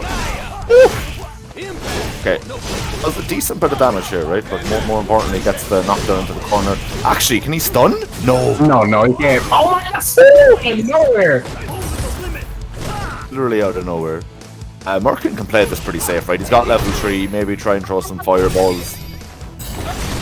Yeah, he can. He has like it's gonna be a lot of work on Shady Imposter's side to try to bring this back fully. And you see that he's kind of throwing out the jabs there to kind of see. But this is the power of V skill 2 for G, right? He got knocked down from the DDT, but he just got back up and still had the level 3 fireballs. It's really, really tough for Shady Imposter to navigate at times. At those times being when Merkin has a life lead, obviously. Correct.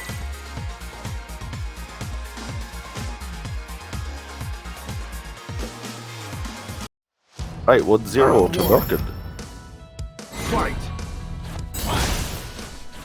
Once again, Merkin is opting to just kind of whip jabs all the way back into spacing and just throw out the fireball to kind of get some kind of impede the dashings of Shady Imposter, and it's really working out well. It's really working. That jump in worked really nicely too, though. Merkin still here with a slight life lead. No, he still got the stock for the V skill there, actually. I'm gonna be really happy with that. He's got level 3 as well. Jumping. I don't know what happened there. Just kind of just stood there and just let everything happen. Now you're close to stun and you're close to the corner. Yeah, Merkin's gonna make a good decision here, and he's gotta make the right one. It does create some space for himself. That said though, Shady Imposter with a massive life lead here at the moment. Armor by Merkin again, armoring through with the command grab. Oh yeah, that was what I was worried about. That was like, please, you cannot get into a situation where you accidentally get touched or you end up seeing that armored command grab.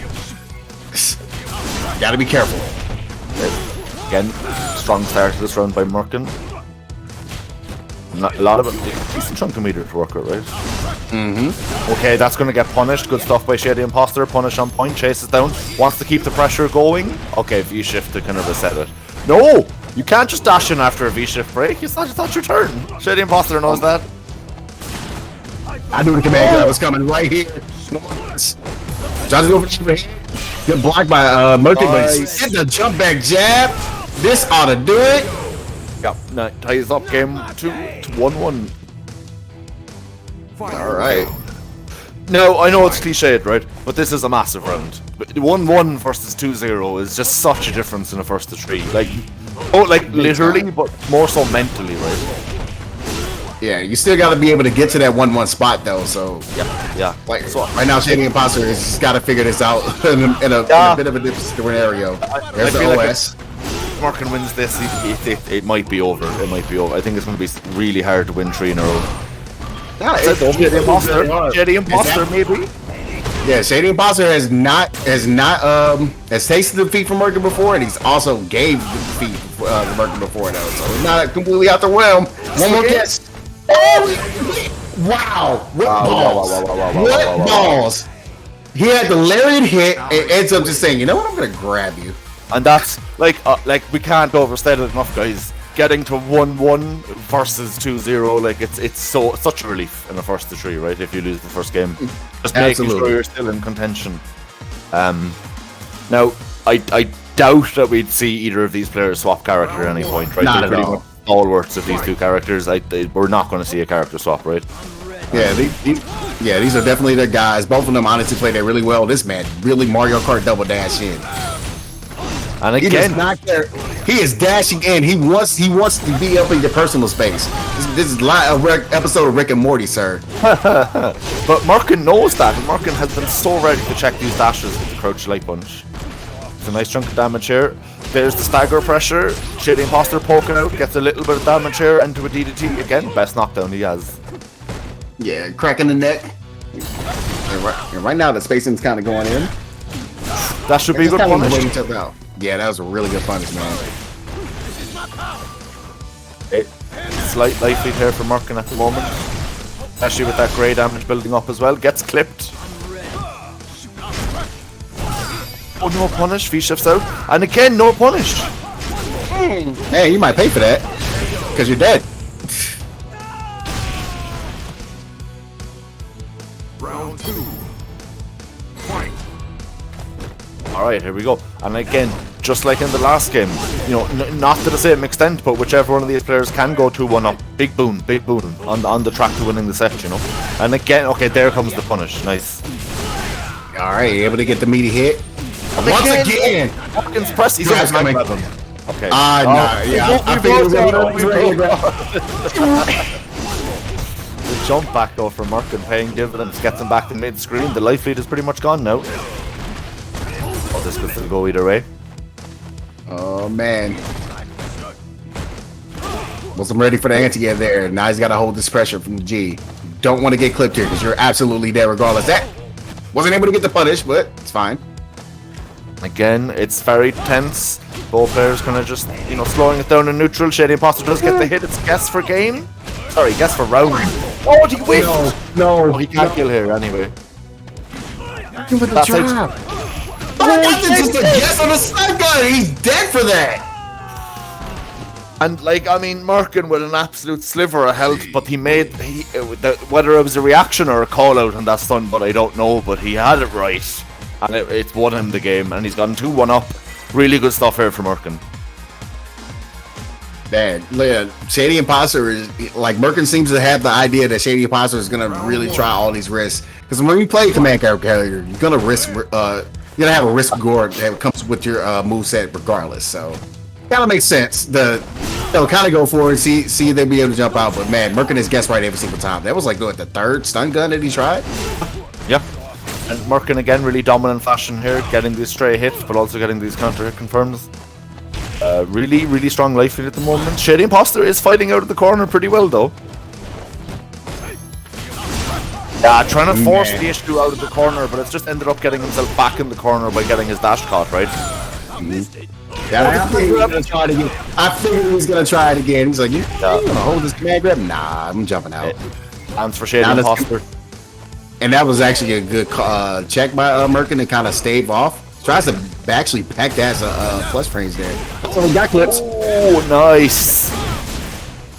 Yeah, the scaling, of course, not enough to let him kill, or too much to let him kill, I should say. The whiff punish. That is 4. That is 4. EX stun guns sniffed out. Let's count them down.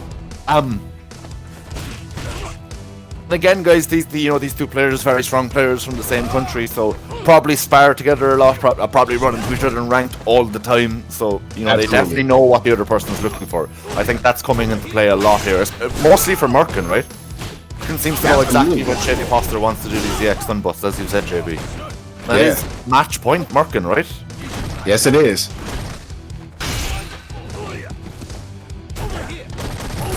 I wasn't able to actually get the punish off the V skill, but that's fine. Able to get this piece. Once again, he was looking for it again. He's actually had the right call out, just the wrong button. Just applying the block string. Just wants to keep the pressure safe. Oh, he could have got punished big there, but ends up. Wow, okay, that was spaghetti's kind of from both ends, really, to be honest. Nice for Merkin though, because he's really worked on that life deficit. Never mind, you're dead. Yeah, I definitely agree with that. If you're gonna punish, you're gonna punish with that. You're gonna punish with the slam. So very good. The imposter saving himself at match point, right? But his tournament is alive. Yeah, he's trying to make sure he ties this up. He absolutely want to make sure there's no more momentum going in. And he tried to go for the command grab. It's a good snip out by Sadie Imposter, trying to push him back. Nice. Merkin is running away with this round. The shimmy. Oh, there's a shimmy. Oh my goodness. Oh, yeah, the air-to-air jab. We see that so much.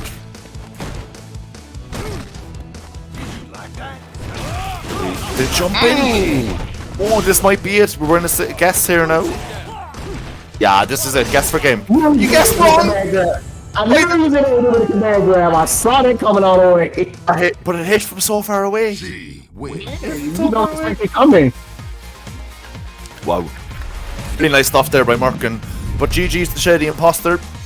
Does finish in third for today. Absolutely no shame in that.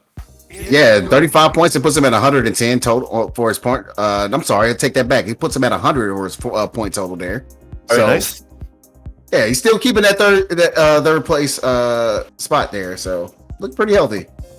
And as for Merkin, he's booked his place in grand finals, right? Getting a run back against Kalmal from winners finals. Kalmal did win that 3-1. I think maybe it was a bit closer than 3-1 would indicate. But Kalmal's got to be feeling pretty confident, right? Yeah, absolutely. Beat this person 3-1 in the previous game they played. On the flip side, though, Kalmal, maybe not coming in as hot as Merkin. Merkin just did play, a lot more games going through losers finals. So what I might expect is maybe a good early start by Merkin, but I think Kalmal will just, attrition him out and grind him out. Whether it be the first set or the second set. Yeah, absolutely. I believe that Carmel is going to be Dav's been playing the ranked on the other side. But while we're getting into it, we've got the grand finals happening. Make sure you guys check out the rest of the World Warrior tournaments that are happening.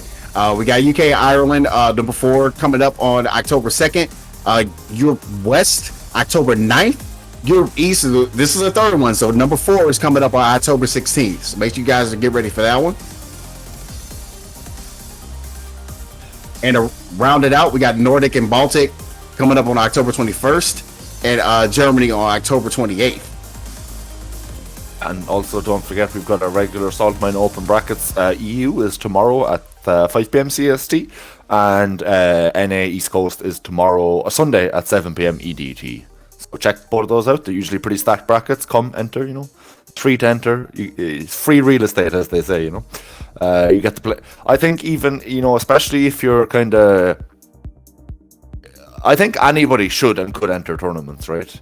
Yeah, absolutely. On the East Coast, there's a lot of different states that can pop up in there. Even like some Midwest states can go through. And play even from a point of view of as a player, right?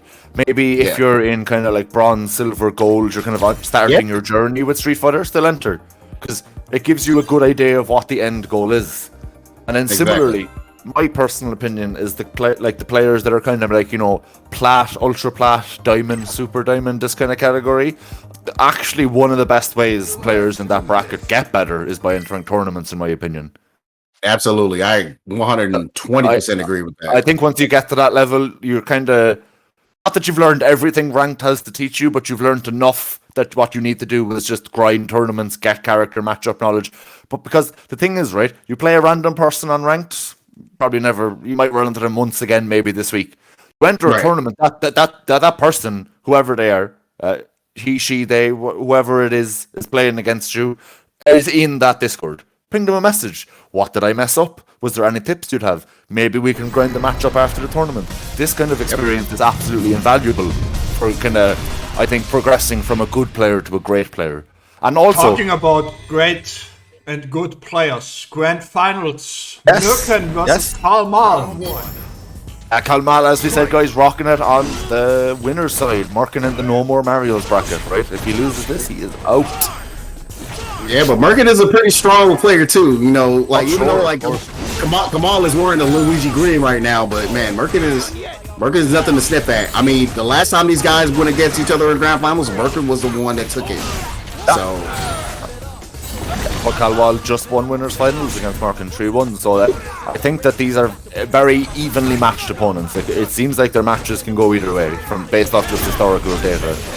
I agree. Really nice there, just goodness. beating out the forward medium punch fireball by going underneath it. Yeah, whatever. Takes you a second to throw the fireball. What if I just go under it, bro? Don't worry about it. Okay. Oh, Shimmy wasn't able to complete the shimmy shimmy ya though.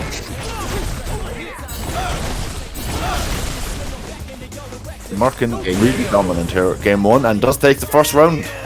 Yeah, pretty simple. Yeah, had to dust off the knee a little bit, man. No one, none of that whatever makeup that Ed puts on his face or whatever.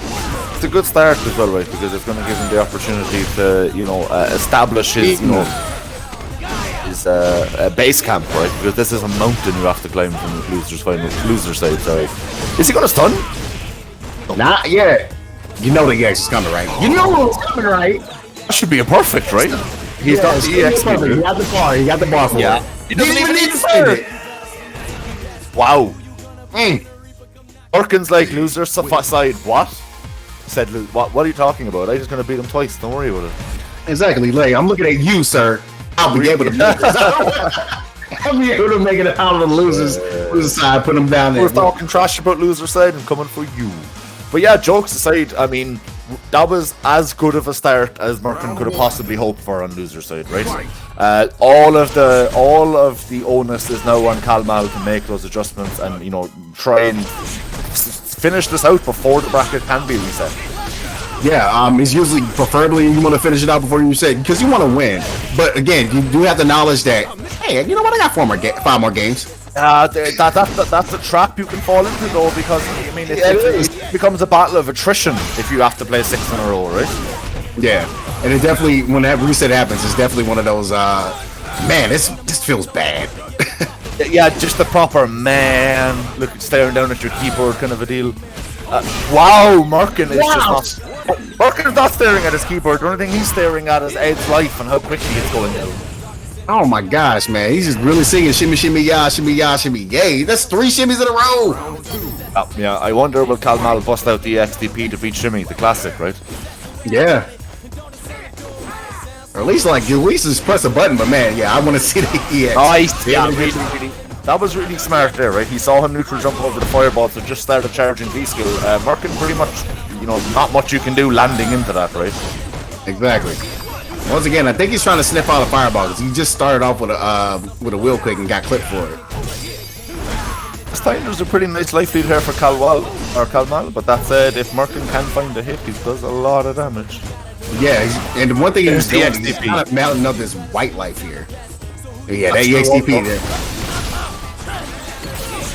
Still a decent life lead here for Kalmal. Chases it down to forward throw, stand heavy kick maybe. No, sweep activate. Oh, he didn't confirm it. He confirms this one though. There we go. Kalmal's not going down without a fight.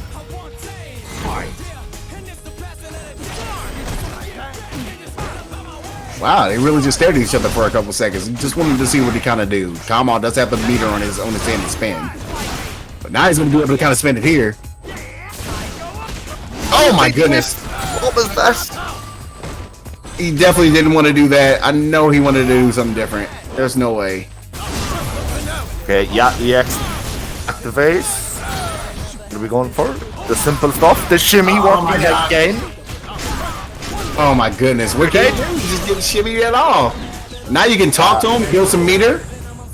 Almal either needs to make some serious adjustments in neutral to not get to the corner or stop getting shimmied. Yeah, You know, I think at this stage, just take the throw is no longer a meme because eating these shimmies is blowing Kalmal up. yeah. I mean, it really is. Like, it's definitely one of those situations where, yeah, just throw me, please. I'm not pressing nothing. But yeah, Kamal is just every time he's teching, man. I'm like, he's playing the wrong game here. Okay, good confirm there off the run start. You know, semi-charge stand heavy punch. Actually, really good start, right? It's pretty serious life lead here. Kalmal has already 10 seconds in. Great punish, absolute max range punish, I would say there. Yeah. All right, and Kamal's able to get the sweep here and kind of get activation. Way to sniff it out, though. He sniffs out the command grab and almost had the counter hit meaty. Wouldn't convert, though. Yeah, it's tough, right? It's tough to confirm that. Yeah, but man, Kamal really doesn't have to do way too much. No, just needs anything. Yeah, there's the crouch leg kick, does take it. Good start to, you know, not letting Merkin reset the bracket now that he's 2-0, right?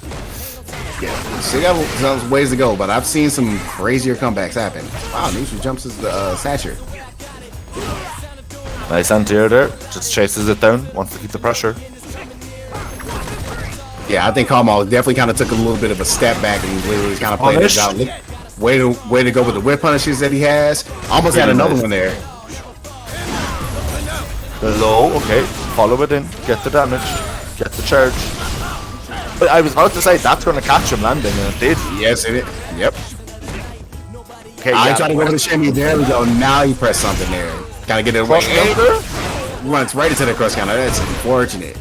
Yeah, for Merkin. Oh, the way to go wins. Kalmal gets a chance though. He has V-trigger ready to activate, right? Oh, he's not. Oh, he might still get a chance here to activate. Activate raw, but get clipped. Yeah. There we go.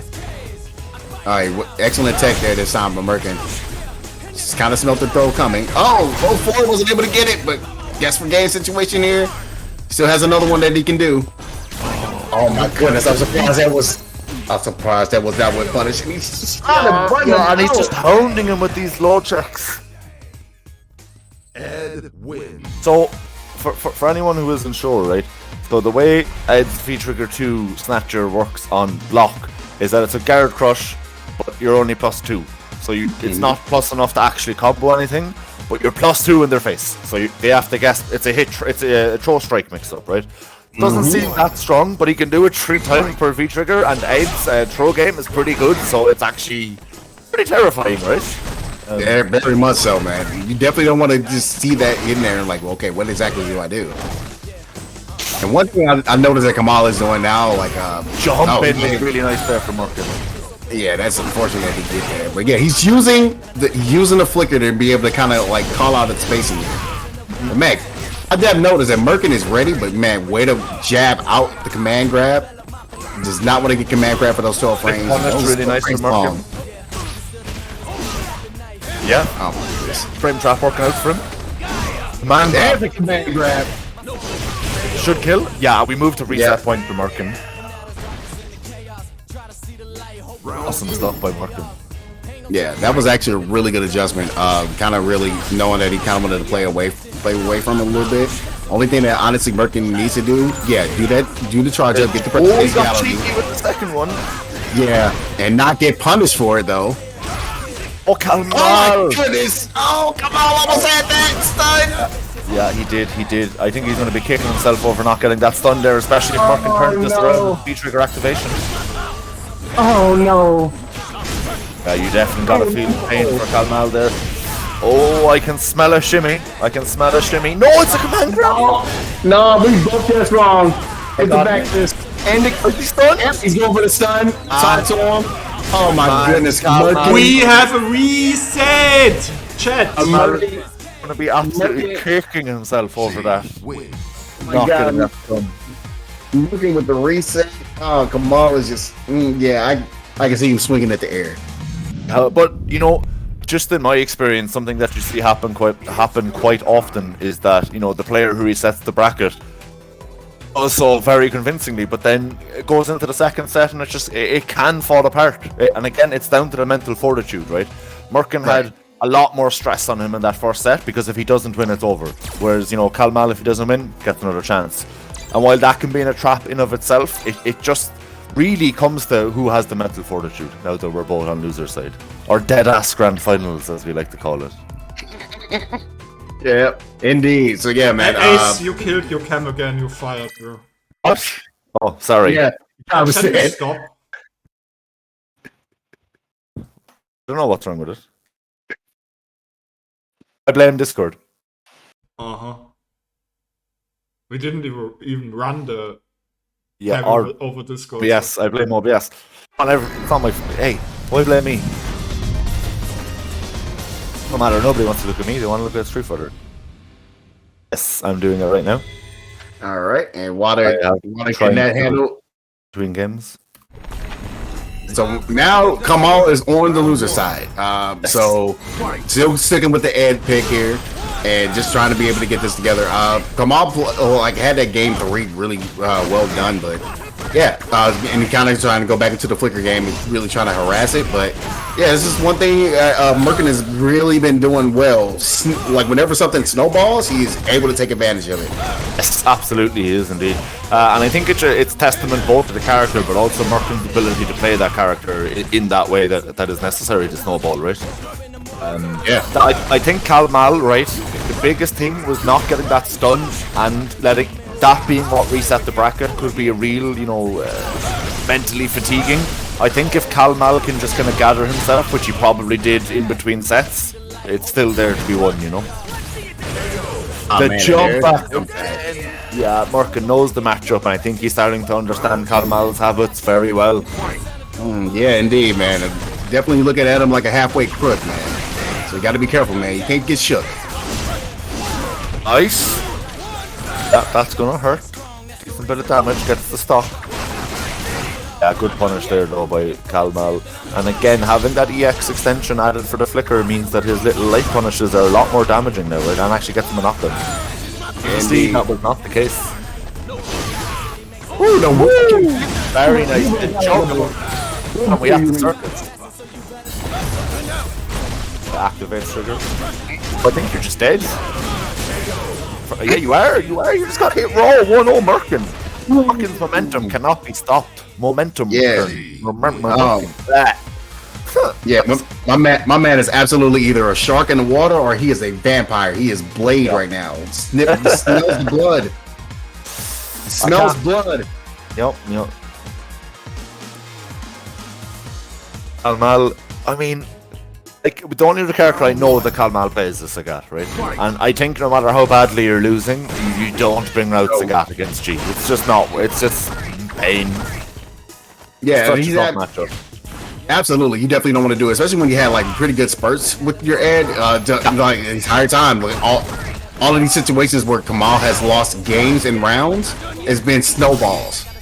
Yeah, no, I feel like you're right. Kamal has had some fantastic little moments in this set. It's just Merkin has been capitalizing on every mistake. Yeah, man, keep harassing him with that. Go ahead, keep harassing him with the flicker. Yeah, it's working. He's gonna DP. No, he V-shifts out. Okay. Yeah. Merkin though still has quite a lot of V-trigger to work with if he can find a way in. Lands in the firewall. That's not good. That's not good. There it is. Nice. And light kick. Got the light kick right in there.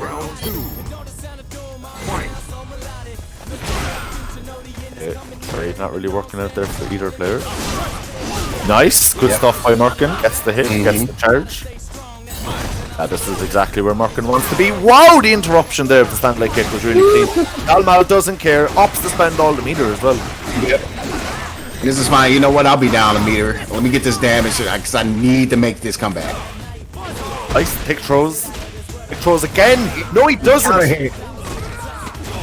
he was able to get it, but he gets a throw. One more guess. There's the stun. Oh, come on. 1-1 here we are in Grand Finals reset, guys. Yeah, what a complete reversal. Definitely like kind of like let Merkin kind of hang himself a little bit, able to make the right read at the right time. But I really like that that first round. That first round, he was harassing with the flicker. I definitely kind of want to see a little bit more of that, man. I think that's probably going to net him this series. Yeah, I think maybe Kalmal has noticed over the, especially the first set, he was kind of testing Merkin, like, are you dealing with this flicker? I think the answer was kind of, and that's enough for Kalmal to kind of start just throwing it out there a lot, as you were saying. Right now, man. Not yet. He's getting clipped, but don't get command grab. The rounds are so fast, I thought Merkin was in V-trigger, but that was last round. Sorry. There's the stun, though. There we go. Okay, this is like a pendulum. Merkin, Kalmal, back and forth. This is hard, really hard to call still at this point. Indeed, like it's really kind of hard to see who really has the one up. Kind of have the favor of Merkin, but here we go. You got the harassment. 1, 2, 3. 1, 2, 3. Oh, those tres. We love to see it. Really nice spacing here from Kalmal at the moment. Oh, he gets caught dashing, was it? I think. Bring him over to my level. Alright, now you have the level 3 and the presidentiality, so oh, that could be massive in terms of momentum here. I like the V reversal. Just reset the neutral. Don't let Kalmal get back out the wind. Oh, the clip. Yeah. Got clipped. Gotta hold that. Oh, had the hit was able to complete. What's the kind of hits you have? Jump back. Jump back is great. EU East is like the king of jump backs. Like, what's going on? All you guys are crazy with the jump backs. Okay. Yeah, they watch a lot of Fasa. They watch a lot of Fasa. Look at this, man. Final round. Just like that, round to Kalmal. This is huge. This is absolutely huge. The bracket has already been reset. It's 1-1. Whoever takes this round is going to get the 2-1 advantage. Oh my god, the crush counter. The interruption. Yeah, but he didn't confirm it though. That's the problem. He thought he got a counter hit, I think, and he didn't get the counter hit, so Kalmal was able to punish. Yeah, definitely some spots. These spots are looking real dangerous right now. Got a hit in the corner. Oh, goes down with the low floor. One more guess. We're seeing the early release stand heavy punch do a lot of work for Kalmal the last couple of rounds, right? I think Merkin hasn't been ready for the early release. Oh, but here we go. We're talking about you got to be careful with these snowball rounds. No, mental because of the V-trigger coming back. Here it comes. And there he goes. Another knockdown. Another knockdown. The life feed is almost gone. Oh, no! What? We're going wild. Heads are wilding. He's like, you know what? No way. No way it's not happening again. It's not going to happen again. I'm busting it out. Outside Kalmal's house right now, there's like a band of like 15 heads banging war drums. You can hear them. Every XDP just strengthens them. Amazing stuff there by Kalmal. We make jokes about the Eddie XDP stuff, but that was a brilliant call out. That was so good. Round 1. It's 2-1 to Kalmal. Merkin did fantastic to reset the bracket, but is the fatigue too much for him? Is Kalmal going to take it? We're going to find out. Yeah. Right now, Merkin's saying, I'm not tired yet, and I'm not done yet. Looking really healthy on the life lead and the corner positioning. Stun bar is getting high up. You're going to be able to make a nice combo off of this. Stun. There's the stun. And here we are. Game 4. First round goes to Merkin. Spins the bar to finish it off. Definitely want to take out a little bit of pocket change. So yeah, good job by Merkin here. Trying to knock this back up to 2. It was the right idea, but it just wasn't fast enough is the problem. Yeah. Definitely unfortunate for Kalmal there. Now he has to sit in this corner positioning again, man. Can I leave prison? I want to get out. I don't like this place. I don't like this place. I don't like my stun bar being high. I don't like any of this. Do all really quick, right? Holy hell. He does get the stock off. No, he doesn't. He doesn't have it. No, he does. Jumping! Big stuff from Kalmal. Oh man, he ate all of that jumping. He definitely he saw the frames of the anti-air come out and he just got stuffed. Oh, yeah. Okay, you have to activate there or you get blown up. That's it though. Kalmal has super. If he can find a good confirm here, he can actually kill maybe. The armored command grab doing work. Oh, I just got him low. Alright, okay, now this is Yeah, we get a final game here. Ah, guys. So wild. It's so Actually wild that we couldn't got get 2-2. closer. I And can't Markin- call it. I can't call it. Markin hasn't used that armored command grab. I think like we used it earlier in winners finals against. That's Kalmal. actually re-triggered through.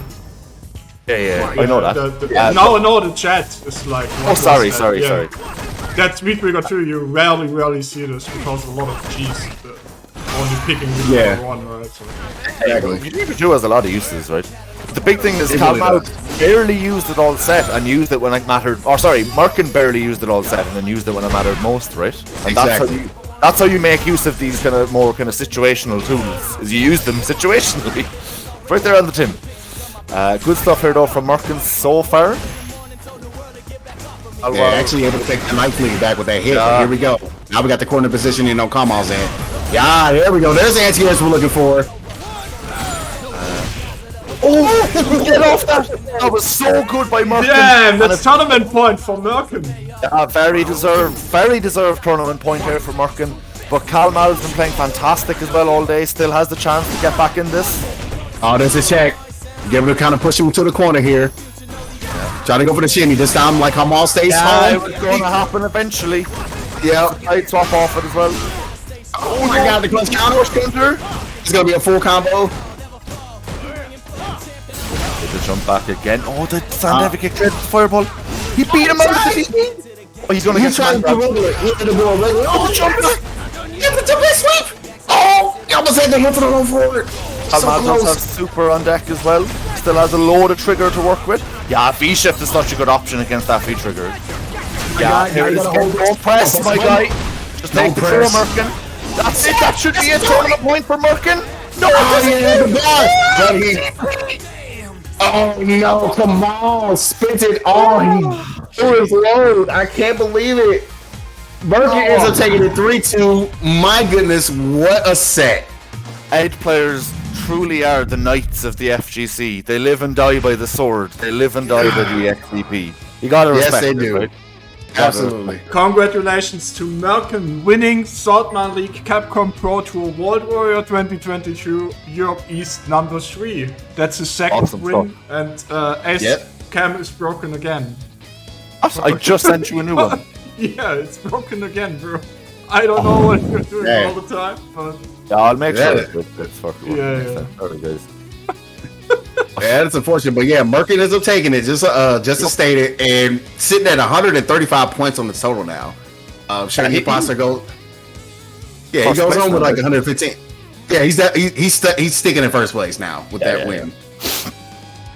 Very nice Shady Pasta, like we stated earlier, he has 110 points, and Kamal with another second place finish that puts him up to 105. So the standings that they are staying the same. Still 10 points away from each other each way it goes. It's pretty wild. Actually, no, 20 points in between for Merkin now. 20. Merkin is taking a 20-point lead on Shady Imposter here. So here we have our Okay. top 8 for today. Who wants to read through them? yeah, for sure. Once again, Merkin first place. Kamal taking it with second with the Ed. Shady Imposter going in with the Alex pick in third place. And Cajun a really good showing with the Blanca. Again, they made a top 4 before with Bison and Europe East 2. Now they're taking top 4 with Blanca, which is really wild. Good stuff to Darky with the loop play and coming in at 5th. Also coming in at 5th is Get Blame. Actually improving from the last tournament, taking 5th instead of 7th. And newcomers here, Mephi and Rafi AAA, both taking 7th place. Yeah, GG's. I mean, especially to the guys entering for the first time, getting your top 8 slot. Small bracket. I was genuinely pleasantly surprised with how sick the top 8 was, despite that. Right, there's some really, really close matches, great adaptations across the board, and just some good Street Fighter. Absolutely. So yeah, eventually these standards are definitely going to be updated on both the Capcom Pro Tour website and on Smash GG. But from my math and understanding, since Resenobi did not join this tournament this time, it's probably actually moving out of top 8. Because I think or he's moving down on top 8. I think Vanyark is moving completely out because if that win, Mephi moves himself up with that 20-point ad. That's, So it's gonna be some shakeups. yeah, that will be interesting for the last two. Anyway, I think. yeah. Sorry, go ahead. Nah, we closing out for today. Okay. Anyway, thank you very much to LLGB and Ace of Spats for commentating today. Make sure to follow them on Twitter. Don't follow Ace, he broke his cam 3 times during the stream. Okay, didn't do break it. not follow him. Hey, Yeah. I'm the talent, right? Your production, okay? What you should do instead of following Ace of Spats, you know, like. Oh, don't do that. Don't do that anyway. I'm an awful human being. Are you? No, I'm actually a really nice person, Regis, okay? You've hurt my feelings now. Sometimes. All the time? Sometimes all the time. All the time. What you should do all the time is entering the Saltmine League EU weekly at 5 p.m. CST tomorrow. And on Sunday, if you are from the NA East Coast, make sure 7 p.m. Eastern time. Tune in and have a good time. Costs you nothing. All right. Thanks for having us, Yeah. guys. It's been a pleasure. Yeah. Indeed. Yeah, that's it from us for today. See you tomorrow with the Saltman Weekly. And on Sunday with UK Ireland World Warrior numbers 3 with Edward and Logan on the mic. That will be sick. Woo! Yeah, I'm really looking forward to that. Yeah. I sent you over They're almost as good as me. Yeah. Alright, guys, have a good one. Yeah.